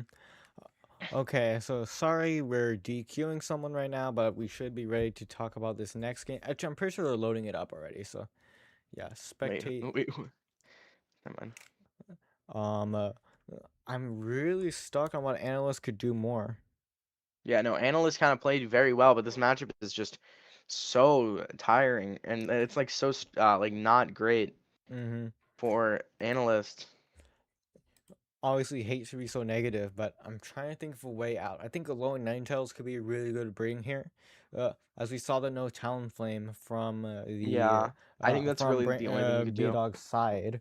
So Tailwind not being an option allows Blizzard to just do really good damage to everything, even fish for phrases, which might be necessary in this matchup. Yeah, exactly. We see I think Gardevoir that's what you Mousehold have to do. again, Is it and going to then be we the see low Ninetales Ninetales? It Basket is. Legion. Okay, that's probably your best lead because you can trip the Focus Sash, get rid of the mouse in one turn. The Mm-hmm. unfortunate idea here is that Gardevoir could go for a Trick Room and you could have Aegislash in the back, and you do Mm-hmm. kind of just lose by getting outpaced by this Aegislash and Gardevoir, because after Wave Mm-hmm. Crash Recoil and a Psy Shock, Basket Legion should be very low HP or just be down. Mm-hmm. And then also, Incineroar would usually be a good answer to the Aegislash. However, it would take too much damage from Hyper Voice. I don't think it'd be able to get it. On top of the Aqua Berry, limiting its damage. Actually, wait, is Annihilist Flare Blitz? I want to say it is. Yeah, Flare Blitz. I personally would go Throat Chop to remove the possibility of opposing Parting Shot, but to each their own.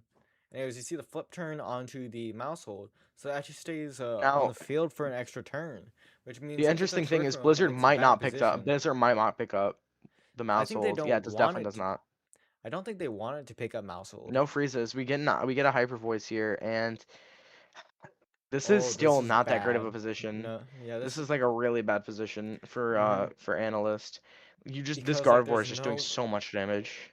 there's like no way. Actually, I think my idea here would be to protect the King Gambit and Blizzard again. We see the Yeah, Ninetale. Because preferably we'd have to get into a position where the yeah, Follow Me is that's. off the board and Basket Legion can just start picking up KOs with last respects.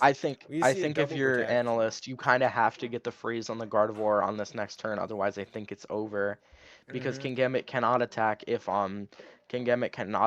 if the mouse hold is redirecting its Sucker Punch. So it's I think the only yeah, you did have the play of protecting the King Gambit. Maybe you were scared of them bringing in another attack, another sweep, like another sweeper like Como. But yeah, I don't know what analysts could do here besides hope that Gardevoir turns into an Ice Cube. It's either actually I think it has to be the way either way, which is sad to say because it's such like it's so early on in the game. But yeah, maybe an Yeah. Aurora Veil Ironhead play could say, Sucker oh, Punch. Wait, the wait, wait, Sucker wait, Punch wait. goes off, Well, but but it because should of live the Friend Blizzard. Guard, Yeah, because of Friend Guard, yeah. mm-hmm. Let's see. It takes the Does Blizzard the with like Blizzard 10%. free? Is it gonna freeze? It does Nope. not. So And now that knocks Mousel will out be able both. to. Mousel just Mouse will protect it. be. So it could be it could be a fake out onto a Gardevoir and Wave Crash, which but then it can't beat the Como. Yeah, you do have to click the fake out. You do have to click parting shot, which means, oh, it is Blaziken. Oh, it's Blaziken. I think Wait, this might be the this. one way out. Yeah, this might be the one way out because Blaziken still can beat Como. I think you Mm-hmm. do have to lock into Wave Crash, and you do have to lock into Wave Crash though, because you definitely can't lock into Last Respects, waste your attack, and then Blaziken will go down, and that will be the end of the game. Mm-hmm. Uh, because Hyper Voice would be able to take out the Bastion Legion from here. Actually, no, it flip turn Yeah, one, so it would be Gardevoir fine. does protect. That's yeah. Telegraph protects. You don't want to lose your Gardevoir on this turn. Follow me, Follow and Me then does what come do we out. see? If it's Last Respects here, it could be better. If Calling the it's Last protect. Respects, It is the Last okay. Respect. Last Respect. Analyst Since does make the Analyst does protect have a call. way out, we see the Rock Slide, but Maybe if it trying to keep the mouse hold on the field. that Yeah, okay, yeah, Mousel trying gets to keep the knocked out mouse by hold a on the field. critical hit. Critical hit. However, oh, oops, switch. I forgot I'm not in studio mode. Oops. All right, Um, so yeah, the no, the there is. Blaziken I is think adamant, and uh, the Basket okay, it is Legion Talonflame. I think is. this is probably game. No. It's not. It's a Yeah. call. It's 100% a call. Mm-hmm. Yeah, it's a call, because yeah, no, this is a call, and whoever gets this call right will likely win the game. Mm-hmm. It's a call between Tailwind and Brave Bird, correct? Yeah. Well, also, if you, well, the call is mainly We see the if you call detect the on Blaziken detect. Blaziken. Is it going to be the Du- Brave Bird or is it going to be the Tailwind? okay, it's It is the Tailwind. Tailwind. I think I don't know. Wait. Okay, Side's talking to the wait. protect. I'm pretty sure If it's Last Respects into the Talonflame, it's still not over. it is. Okay, so the thing here is Blaziken is at +2 speed now. Blaziken outspeeds both Gardevoir and Kommo in Tailwind. The only Mon that can outspeed this Blaziken right now is the Meowscarada, which I don't think wins a 1v1 against the Blaziken, but it is the Meowscarada. Okay, so um, My since assumption is here. the My my assumption is here you could just go for Rock Slide this turn, and no matter what the outcome is, be able to 1v1 the Meowscarada in the next on the next turn. unless it's like a actually double miss. If it's a double Yeah, miss, it you could be bad. well yeah. Well, also you could prot the Guardy and try and get as much HP as possible, but I don't think um I think you could Flare Blitz the Guardy reasonably. Yeah, no, because well probably yeah, you could so. you could well if it yeah Because yeah you if it could reasonably flare blitz the Guardy. even if it protects, Meowscarada is not doing much to this Blaziken, as Blaziken is probably pretty light, so it Yeah, no, will be able okay. to take a couple low kicks. Basket Legion does go down to the flower trick from this Masquerada. The thing about this is you do not want Masquerada to get into overgrow just in case this thing with So one it's regular Rock flower Slide. trick. Does it hit? If it doesn't hit, it's kind of bad. Okay, it does connect into the It does Masquerada. connect. I It does a think lot. I think this is gonna be that's gonna be game for B Dog. Then you can click Flare Blitz into the Gardevoir and then click Flare Blitz into the Masquerada because now Hmm. you are faster than everything on the field. This is a very impressive way to make it back. Even with the protect call going in B Dog's favor, he was still able to bring it Well, back. yeah, no, I think that was kind of a guaranteed play. Double Oh, the double protect. protect does come out. This is interesting. Hmm. It's probably gonna be Flare Flower Blitz because you trick. don't want to risk a miss. Let's see how much does Flower Trick do. No, it's not. No, it's over. It's over because unless Gardevoir gets a triple protect, I think it's over. Yeah. Gardevoir needs to get a triple protect, and I think even in that case, you might I lose don't still. think low kick crit gets Blaziken from here. I don't think it does. It With definitely doesn't. If recoil, you're going if you're going for Flower not Trick, sure. you know Blaziken isn't gonna die to low kick. Yeah, probably. No, that's Yeah, I think it. no banking I on a think crit is probably the only way out I here. think I you guess need yeah you need protect. a crit. You need a crit and like probably a quad protect on Gardevoir. I definitely low kick crit definitely does not get Blaziken from here, but if you get a crit and a triple protect, you do win. Hmm. Or if you do you Yeah, yeah if you because get the triple protect, you do just win actually. hmm because from there another follow trick is pretty safe. Yeah. Let's see, 35%. So It will add up. yeah, let's see what's gonna happen because B Dog needs this triple protect to land. It does not land. Does it? It's probably gonna be this Flare Blitz. It is the Flare Flare Blitz Blitz. into the Gardevoir. It takes it out. Then More than enough to pick up. What does the Meowscarada do?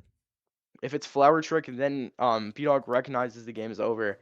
Yeah, Low or it's low kick kick. Is it into. critting? It No, is it does not a not. crit, and I don't It think it needed a crit. I don't think crit. No wait, yeah, no crit. Based on the percentages, did not crit. Maybe it was a range, but like yeah, it did not crit. If that specific low kick crit, then it did not end up killing the Blaziken. If close combat comes out and And it takes out the Meowscarada.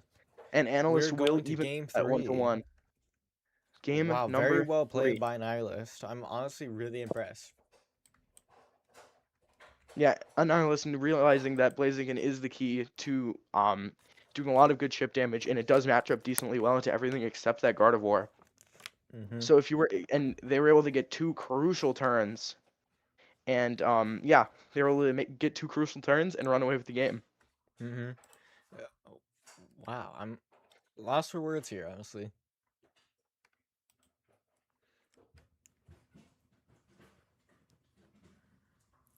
Okay, never mind. The player who is going to be DQ'd is not anymore. They are in day 2. What? In Wait, why day were they gonna get? Why were they gonna be DQ'd? What? If they're in day two? for they had a team sheet issue and they forgot to tell it like 3 times. However, it was Oh just a dang. game loss, and they ended up winning Okay. still. But that's it. I will have it out for them.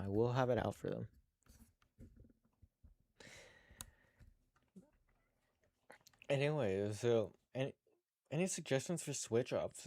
Because I feel like I think the I the think lead this was is pretty kind of just gonna fine. have to be calls. I think this is kind of just gonna have to be a call based game Mm-hmm. because um analyst was or it's more positioning than calls. Like if analyst positions correctly like they did last game, it's likely gonna end the same way because there was very little variance in the first or the second game.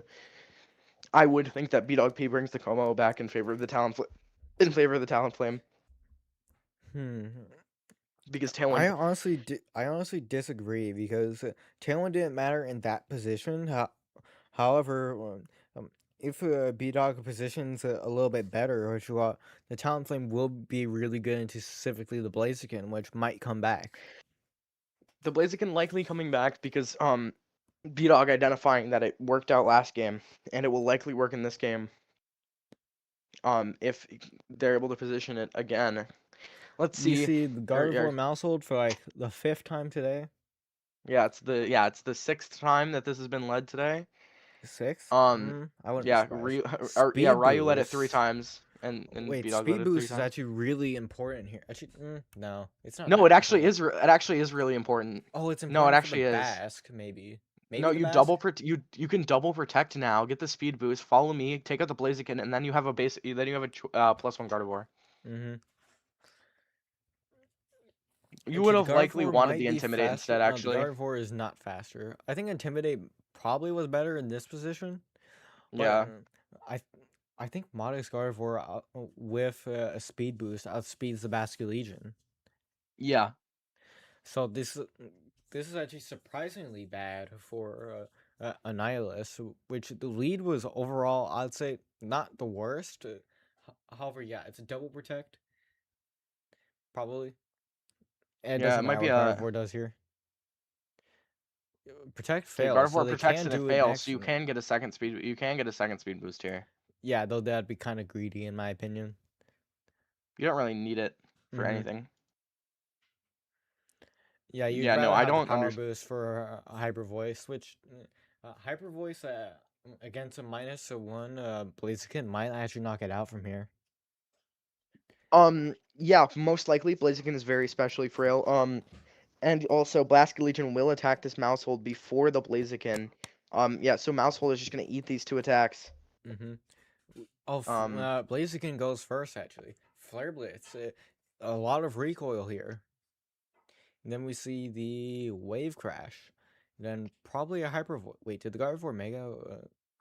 No, it didn't. Gardevoir did not. Oh, actually, this is kind of smart if you click Oh, Side Shock. because the Yeah, Basque Legion was actually faster. Actually, oh, because yeah. Gardevoir didn't get the Mega Speed boost. You just keep the speed boost, yeah. Because Gardevoir gains like 20 speed upon Mega Evolving. Yeah. So it was smart enough. It ended up working out. We see Talonflame here, uh, which I see why it's here. Tailwind isn't useful at all right now, except if you want to give your Como the extra push. Yeah, no, the thing about this is this Gardevoir is +2 and it's already under the effects of Tailwind pretty much. Uh, you are Mm-hmm. faster than this Basque Legion, you're faster than the Ninetales. Talonflame can provide the necessary support. Um, Mm-hmm. And it could provide the necessary damage to the Basque Legion as well, because a Brave Bird yeah, and a Hyper Voice should knock it out. exactly. Isn't this Talonflame Flare Blitz? So you Uh, could go Flare Blitz into the Ninetales and Hyper Voice into the Hyper Voice, and will Actually, probably be yeah, taking that's out this probably Ninetales and fine doing because meaningful chip into the Basque Legion. mm-hmm. Brave You Bird see is Brave coming Bird onto the into Basque the Legion. Basque. Let's see. There was no This is gonna switching to knock out. Instant, so This is there's gonna no knock out. Intimidate. Yeah, it's gonna knock out. Yeah, Hyper This is Voice. gonna knock Mm-hmm. out. Hyper Voice comes out, and okay, Ninetales is gonna get to attack now. A freeze Is could swing this in the favor of an Annihilus, especially if there's something honestly, like I don't know. maybe a Como in the back. No freeze. So this No looks freezes. Honestly, I don't pretty think freeze would have over. mattered because if you froze the Talonflame, then it could just thaw itself with Flare Blitz on the next round. Oh wait, yeah, that's On actually the very next correct. turn. I mean, to be fair, Instant would be able to come in since it And can't the go battle for ends Flare due to a Blitz. forfeit. Mm-hmm. Analyst is or yeah, B-Dog P defeats Analyst, makes day 2 with at 5-1. Yep, very nice set there. Uh, I still gotta give props to Annihilus. That was very well played. Uh, however, however, the speed boost on turn 1 was very bad. So Yeah. stuff like that happens. I feel like leading two abilities that really want to be traced by Gardevoir is not the right play into a trace Gardevoir. Mm-hmm. Maybe like a Ninetales King Gambit lead could have worked, but Yeah, it's difficult. Uh, anyways, so we are going to be heading taking out one last for break.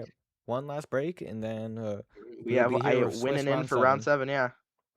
It'll be a quick break, though. Trust me. Yeah.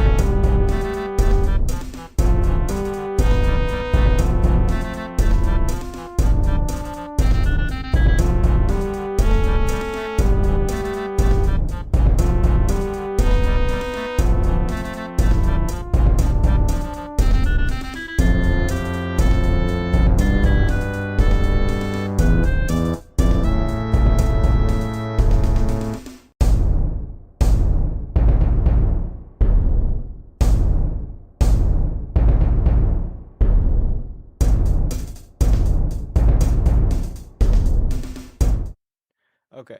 Oh, hello, welcome back.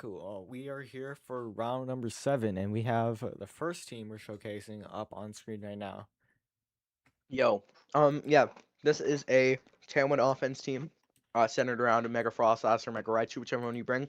The thing about this team is all of the pieces fit around either Mega, so you could bring basically Mega Froslass or Mega Raichu, and all of the supporting pieces you have around them fit to both. Like even Talonflame fits with Mega Raichu because of his quick card. Mega Raichu is super frail, and it dies to almost anything. Like you could breathe on the thing and it dies.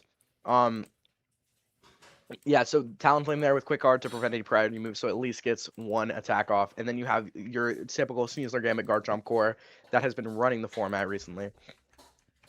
Mm-hmm. Uh, uh, yeah, the Tailwind mode is super good here. Just 3 good mons, Mega and Talonflame. This honestly seems Yeah, like a surprisingly solid team. yeah, no, it looks like a very good HO team. Sneasler Gambit has been a good core since the two were competitively legal to be played together. You have Fake Out, you have Swords Dance, they cover each other's weaknesses.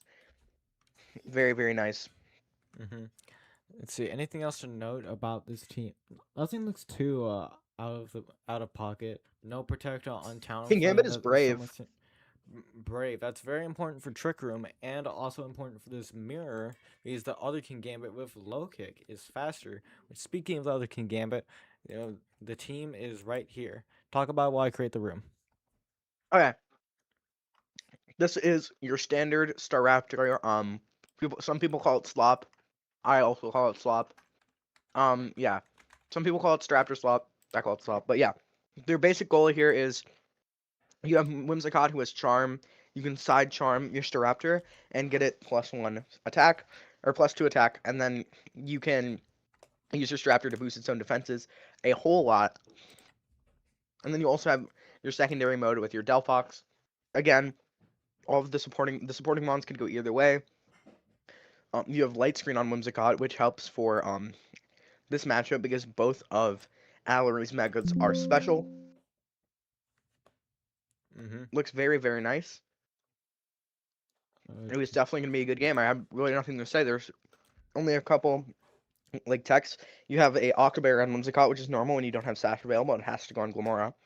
Sometimes we see Fairy Feathers. Sometimes we see like Babiri Berry. Sometimes we see Kebia Berry. This time we see the Octoberry. Mm-hmm. Uh, Charmin Lights. This is pretty much. I was gonna say it's the identical team that won VR, but I don't think it is. I think the other might have had a change. Like Yeah. maybe I don't think there was like Garchomp, if I'm not mistaken. Garchomp fits well as a partner for both of these, but I don't remember it being there. Well, Garchomp's just the Oh, best mon in the format. A Money cannot make this actually. So, We have to pivot. yep. Pivot. Um, do we stream do we stream Samuel T? Depends on who they're playing against. Talk about usage stats. It's been a couple hours. All right, let them know. Okay. Again, these usage stats very important. Like we see some snubs on these usage stats. We don't see any. We don't see Venusaur. We don't see Floette. We don't see Delphox. We don't see um.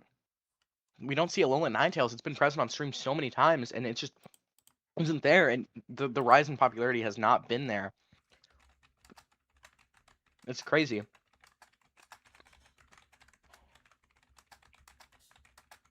Yeah, like it basically shows how much Tailwind offense is running this format. Tailwind offense is the format to beat. Is the team archetype to beat right now. All of the Mm-hmm. best teams have Tailwind. All of the best teams usually rely on some sort of amazing speed control to overpower the other team. Okay, I will not be able to provide teamless graphics for this because we're way too close to starting. Samuel T is running the team. Chef Rich ran earlier, and then Yeah, Pio James is running uh, the Toxapex and Nyla Bizarre team that we've seen before. It doesn't seem like there's much changes on it. Everything looks pretty there standard. is no changes. This is the standard version, except there's solar beam on the Venusaur where you would normally That see was Leaf Storm. that was it Leaf Storm or that one? Actually, that placed second at GCF. Because I know the Yeah. original attack was Solar Beam. So Helping Hand Solar Beam can Oko Farigiraf. We Yeah. could change the names real quick. I'm pretty sure they're mid match. Um, player one,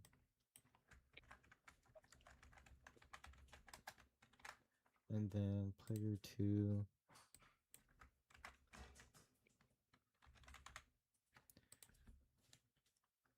Okay, joining on Sam's side.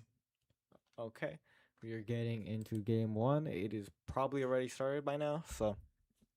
All right. Let's see where we're at right now. Okay. Hopefully we're only in the leads, but it's gonna be close. I don't know. It doesn't matter. Okay. Okay, so the Looks Charizard like we're has on been turn two. poisoned. Or no. Maybe turn three maybe. Incineroar has been knocked out. Pyojam's entire team has been revealed, uh, which is Samuel's entire team has been revealed. uh Charizard. Oh yeah, Charizard, our child on Grim, Pelipper.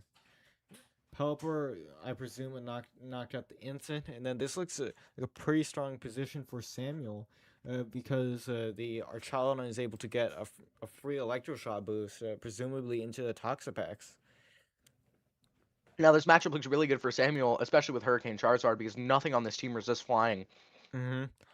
That's actually a super smart adaptation, because flying is like usually one of the hardest types to resist in the game.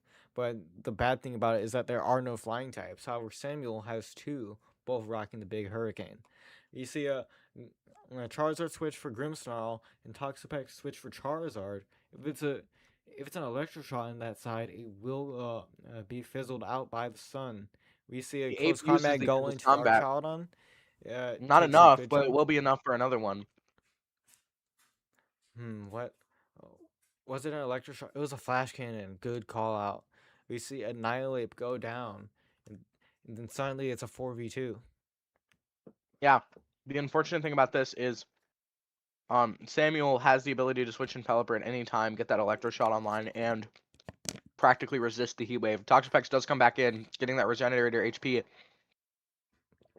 The thing about this is Toxapex usually you need to get these big threats like these like this Archaludon off the field before Toxapex can really thrive. And if Pyojam did get this Archaludon off the field, Let's maybe see what the play is. It's a a Protect on comeback could be made. Archaludon and Charizard. Uh, I'm presuming it's a light screen with the Grimmsnarl. Very safe play. So now with a parting shot, I think Archaludon will be able to live a Heat Wave, Weather Ball, or Hurricane. I think so. Yeah, I think yeah. It's a forfeit. Samuel T takes game one. I Yeah, wonder if Samuel they're T gonna looks like he notice I'm here. Actually, they're probably gonna notice. Okay, so board state was very advantageous for Samuel. Likely the outcome of Sabu. very good piloting. Mm-hmm. Probably very aggressive play in the early turns that allowed for a clean cruise through at the end. Now let's see what it looks like game two. We can see everyone's teams fully.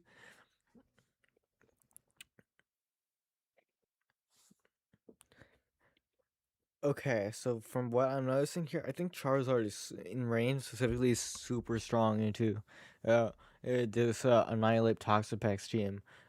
Yeah. Nothing. It hits everything besides the Toxapex for super effective damage. I don't think there needs to be much of a change up. Yeah, it doesn't. It also doesn't hit the Incineroar for super effective. Or actually, it does if the rain comes up. That is true.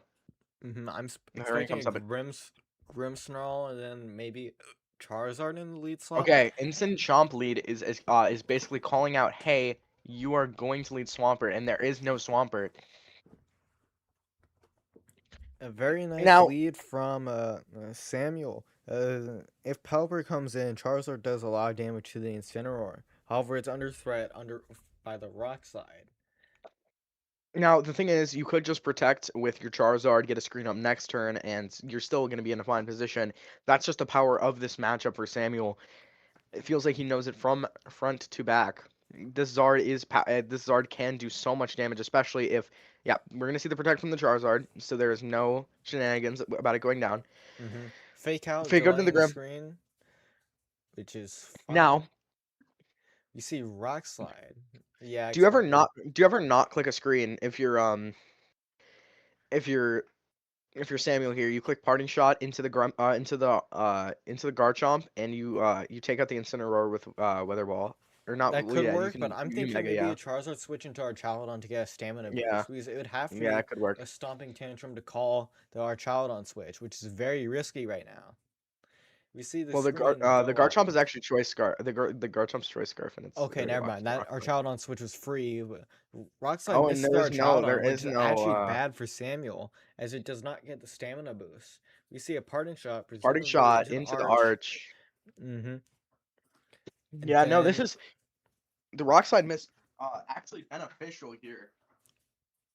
now we see Toxapex come in. This is the one position where I don't Yeah, really love Toxapex came in for Toxapex. relatively free now. But the thing is, you could just swap in the bird, and the bird can come in for relatively free here, and you can just get Mm-hmm. a nice clean attack off into the Toxapex. Toxapex does not get knocked out to one electro shot. However, it Uh, does take a but lot. yeah, it does take Is a it a lot of parting damage. shot? Yep. Nope. It's No, not a it's not a parting parting shot. shot. Yeah, that's very good to Peo call the Jam switch into expects the parting Annihilate. shot. Mm-hmm. So now rain goes up on his electroshot here. No protection from the Toxapex as it does not want to get KO'd by the next electroshot. Yep, goes into the Toxapex. And it Oh, goes it's actually into into the the Annihilate. Annihilate. That's very smart. Calling the protect. Infestation into the Pelipper. Uh, However, there's no weather on the side of Hyojame, so that's perfectly fine. Yeah, it is already revealed that the Charizard has stayed at home for Pyojam in this game. Pelipper is locked onto the field.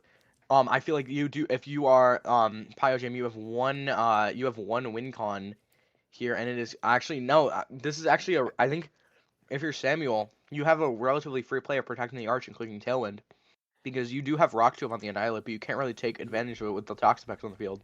Mm-hmm. So Tailwind going up basically allows our child to outspeed everything on the opposing team, which could create a big snowball effect. I'm Yeah, wondering if, depending on how this Pelipper is trained, after a Rock Tomb, would it outspeed the Annihilate and Tailwind? likely, but the problem is you do not. The problem with the Annihilate is you're gonna get knocked out to an Electroshot, and the only way you live is by It's a critting the switch into Archaludon the with close Garchomp combat. that's pretty expected to call Oh no, the no stop, no Electroshot protect there. isn't gonna crit. No crit. No crit. If It's really hard to see a way out. It's Electroshot into which Pokemon? If If it's it's into the into Garchomp, if it's into Annihilate, it's probably over. But if it's into Garchomp, we have a it game. is into the Annihilate. The Annihilate does go down. Um, yeah, no, What do this we is see likely a from tailwind the from Pelly. side of the Pelipper? It is the Tailwind. Since it has Well, to be in it's a really bad position for Pyojam because you could just fake out the Archaludon, but giving it a stamina boost could allow it to live in an Earthquake or Stomping Tantrum. yeah, I 100% agree with you. But here's the thing: you cannot lock in to. You're no longer able to switch any of your. Well, you're able to switch into Toxapex, but you cannot swap your moves because you're Choice Scarfed on Garchomp, which means you likely do outspeed this Archaludon in Tailwind. Um, but the However, problem is you you cannot. can't hit a There is a Pelipper Charizard or in the back, yeah. Charizard. Uh, and I don't think Pyojam has the offense outside of Garchomp to handle both Pelipper and Charizard at the same time. I do not think so either. Though I think blocking a ground move is probably the only way out, just because as long as their Chowdon's gone, the Pelipper or the Toxapex could wall the entire side. However, I'm not even sure if it's a Draco Meteor here. Draco Meteor, the Archaludon's really fast. It outspeeds the Choice Scarf Garchomp, and this is going to be that's going to wrap up the game. Mm-hmm. The Archaludon so fast, being able to get off this Draco Meteor. Mm-hmm. Yeah, from there. Wait, hold on. Let me And go the check battle is this ended to a team issue. forfeit. Hold on. There's something happening in chat. Is it? Oh, that team is impossible to win again. Yeah, whatever, man. It kind of is like a near Yeah, auto it's loss a it's a matchup. yeah, it's a really bad matchup, but like, come on, don't complain. You you, you locked your team knowing it was a meta team. Anyways, yeah, that wraps up day one of the BB series. I just realized I have the wrong name up there for the entire tournament. Any last words you want to give before day two tomorrow? I wanted to wait. I just wanted to say that we have. Oh wait, do we have a? I was gonna say if I was gonna see if we had a 7-0 clinching cut, but it's not Um, announced yet. But and the only potential 7-0 is Cataclysm if they manage to beat Purple Meowstick. um, yeah, we have a. But I wanna see the total number of people who make day two. It's likely going to be um one. Um, 1, 2, 3, 4, 5, 6, 7, 8, 9, 10, 11, 12, and then 1, 2, There's gonna 3, be 4, 22 people 5, making day 6, two. 7, 8, 22 9. Okay. is the number. Okay, 22 people. That is very good. Yeah, we have We should 22 have people making day two. 2 Should have rounds of around Swiss 8 tomorrow. people making top cut. Mm-hmm. Yeah, who will take home the $50 prize? We don't know. You're gonna have to come back tomorrow and find out. Yep, stay tuned tomorrow. We will be back same time. Same See time, ya. different